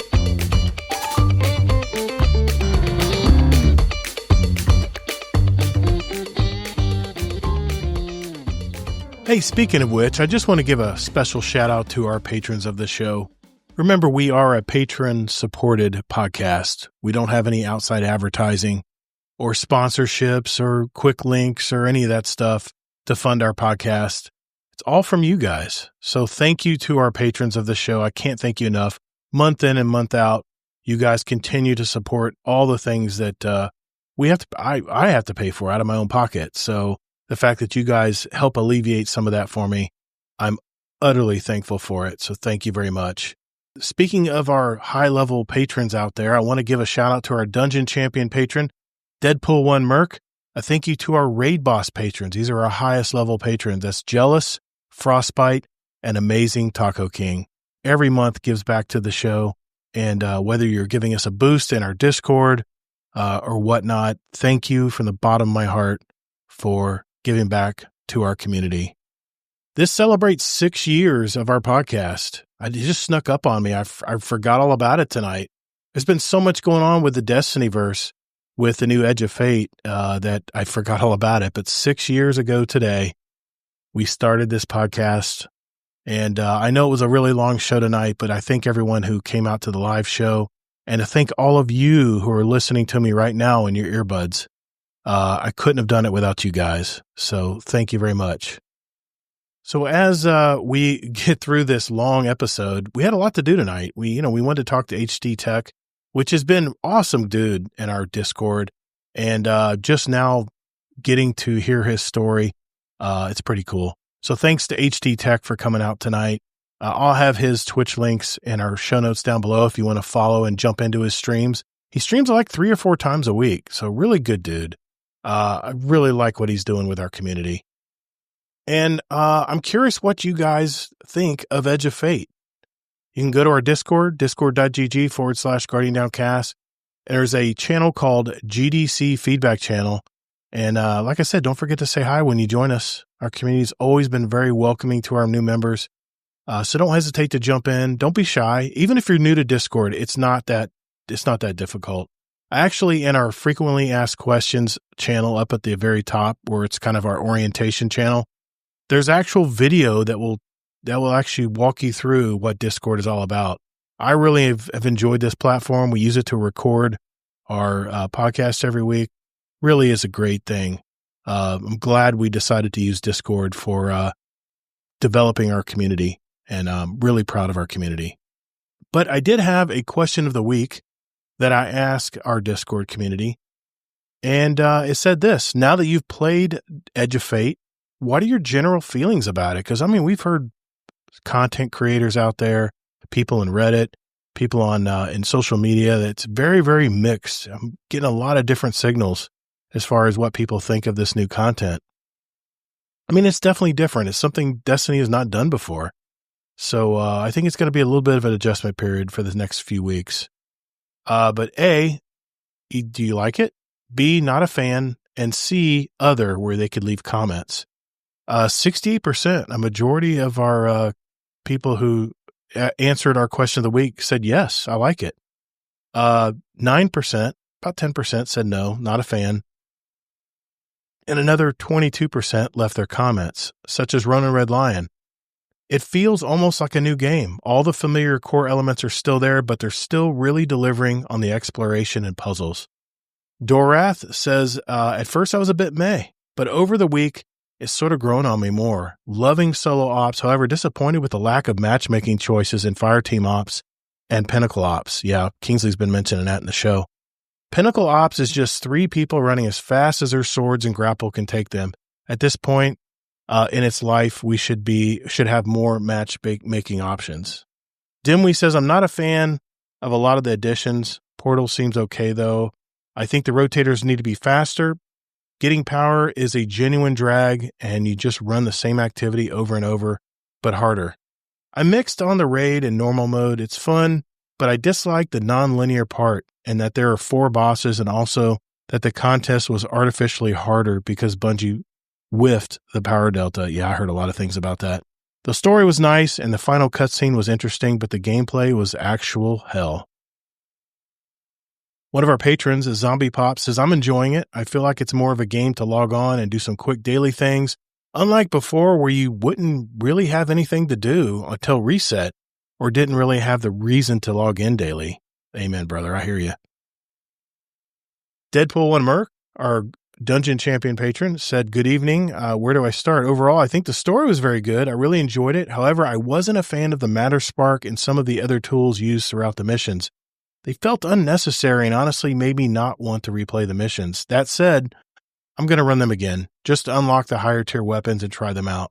As for the portal system, I think it would be great if we had the option to select strikes ourselves. That I agree with totally. A daily rotation for solo content would keep things fresh, and making it more accessible for Fireteam ops would be a big improvement. I've definitely been enjoying my time with the new content, though I still need to put in more hours. I haven't unlocked the new exotic hand cannon yet, but I'm looking forward to trying it. Lastly, I think they should really fix the bugs before messing around with weapon tuning. Priorities. Who's Your Guardian, one of our newer members of our community, said, I don't like it. I love it. It's been buggy in places, but other than the story was fantastic and the Matter Spark took some time to get used to, but I love its functionality. I'm really enjoying the portal system. It's been simple, and it eliminates so much time for us Guardians who don't have a lot of time to play. And then finally, Barrel Barley 406, he says, it's been great. It's definitely has been some buggy areas of the game, but overall, I love it. The story is the best part. I agree, man. I really love the story. I thought it was next level for Bungie. I think now we know, at least for the next couple of years, like we talked about in the show, that this is where Bungie wants to go, is around the Binding of the Nine or solving mysteries with the different seasons that keep coming this way. We'll have to see what Bungie has in plans for us as early as the update, which is Ash and Iron in September. So there you go. That is our question of the week. If you want to join our Discord and answer our question of the week, I list one every Monday morning, and it's like a survey type question and answer. And like I said, I like to try to share the results live or in our audio version of our podcast. For you audio listeners out there, you're the ones who get to hear this part. It's just for our audio members. So thank you very much for listening. Well, that's a wrap. Another episode in their collection for our new listeners out there. We have 313 other episodes with interviews from gamers all over our community, talking Destiny or whatever on our roundtable episodes. Those will be coming back very soon, so keep an eye out for that. If you're just finding out about us, and if you like what you hear, tell a friend about us. Just say, hey, everything's at guardiandowncast.com. Hey, before you go, check out my brand new podcast, 50 Years Experience Required. That's 50 years experience required. It's all on the podcast apps out there that you normally use. And in a nutshell, it's about personal stories and experiences that I've had and the lessons learned from trial and error. My hope is that these topics of conversation can help you in everyday life, all in less than 30 minutes. It's a really quick hit podcast and usually comes out about every couple weeks. And should take you probably about the time it takes you to shower, shave, and get ready for work every day. So short but sweet thoughts for the day. And for now, I'm releasing these episodes on a bi-weekly basis. So I hope you guys check it out. I'll put the links for Spotify and Apple Music in the show notes down below if you want to check out my first 3 episodes. Special thanks again to my co-host, Kingsley Mack. I'll leave his links in the show notes down below. And again, thanks again to HDTech for stopping by and sharing his life with us tonight. So remember, as you're playing Edge of Fate, take breaks, get outside, and touch grass. Discord community. Yeah, I think I needed to say that again. We've all been grinding in there. I can see some people are way ahead of me. So, hey, take a break, get outside, touch some grass, guys. Come on. Let me catch up, please. Hey, everyone, remember, we're Guardian Downcast, your stories, your community, and your destiny. And be good to your fellow Guardians in the Destinyverse. Defeat is not surrender, Guardian.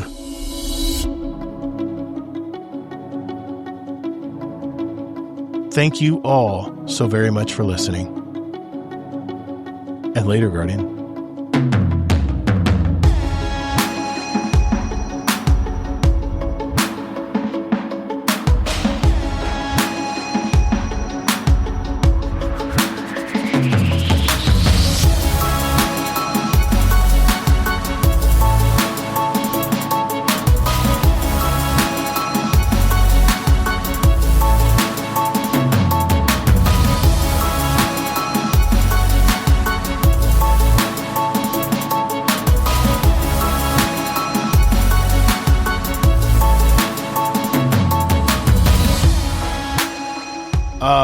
Hey, I want to thank everybody for coming to the show tonight. Thank you, HDTech, for jumping in tonight and talking with us. I know we had a lot of information to share Destiny-wise tonight, but thanks for coming.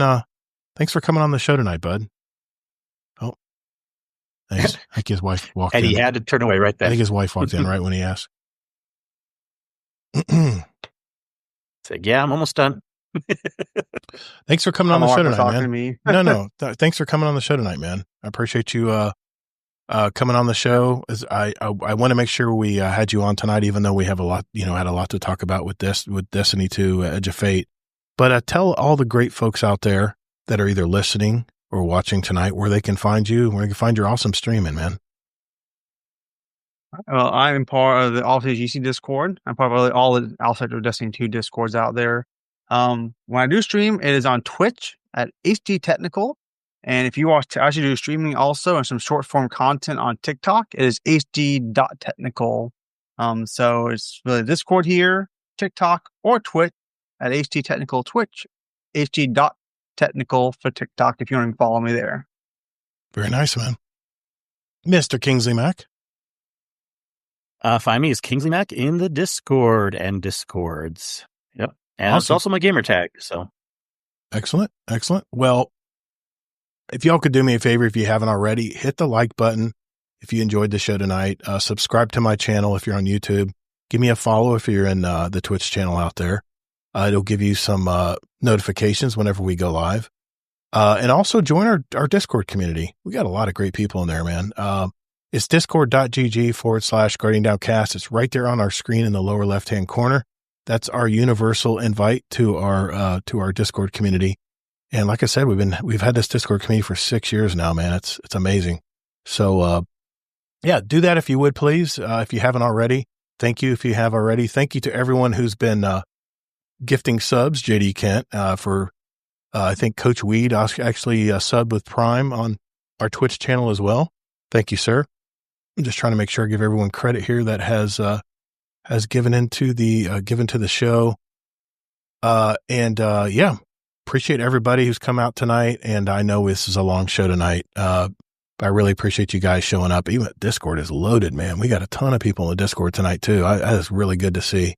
So, well, I guess we'll see you guys in the Discord later, Guardians. Have a good one. Thanks, everyone. See you later, alligators.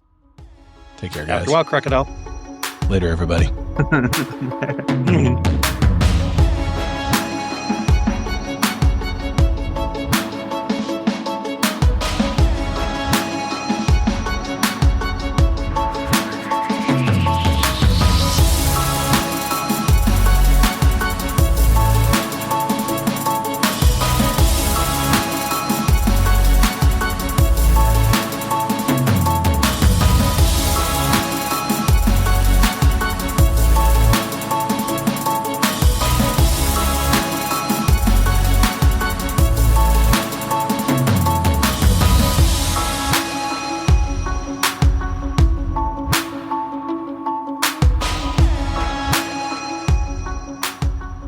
Team-based benchmarking.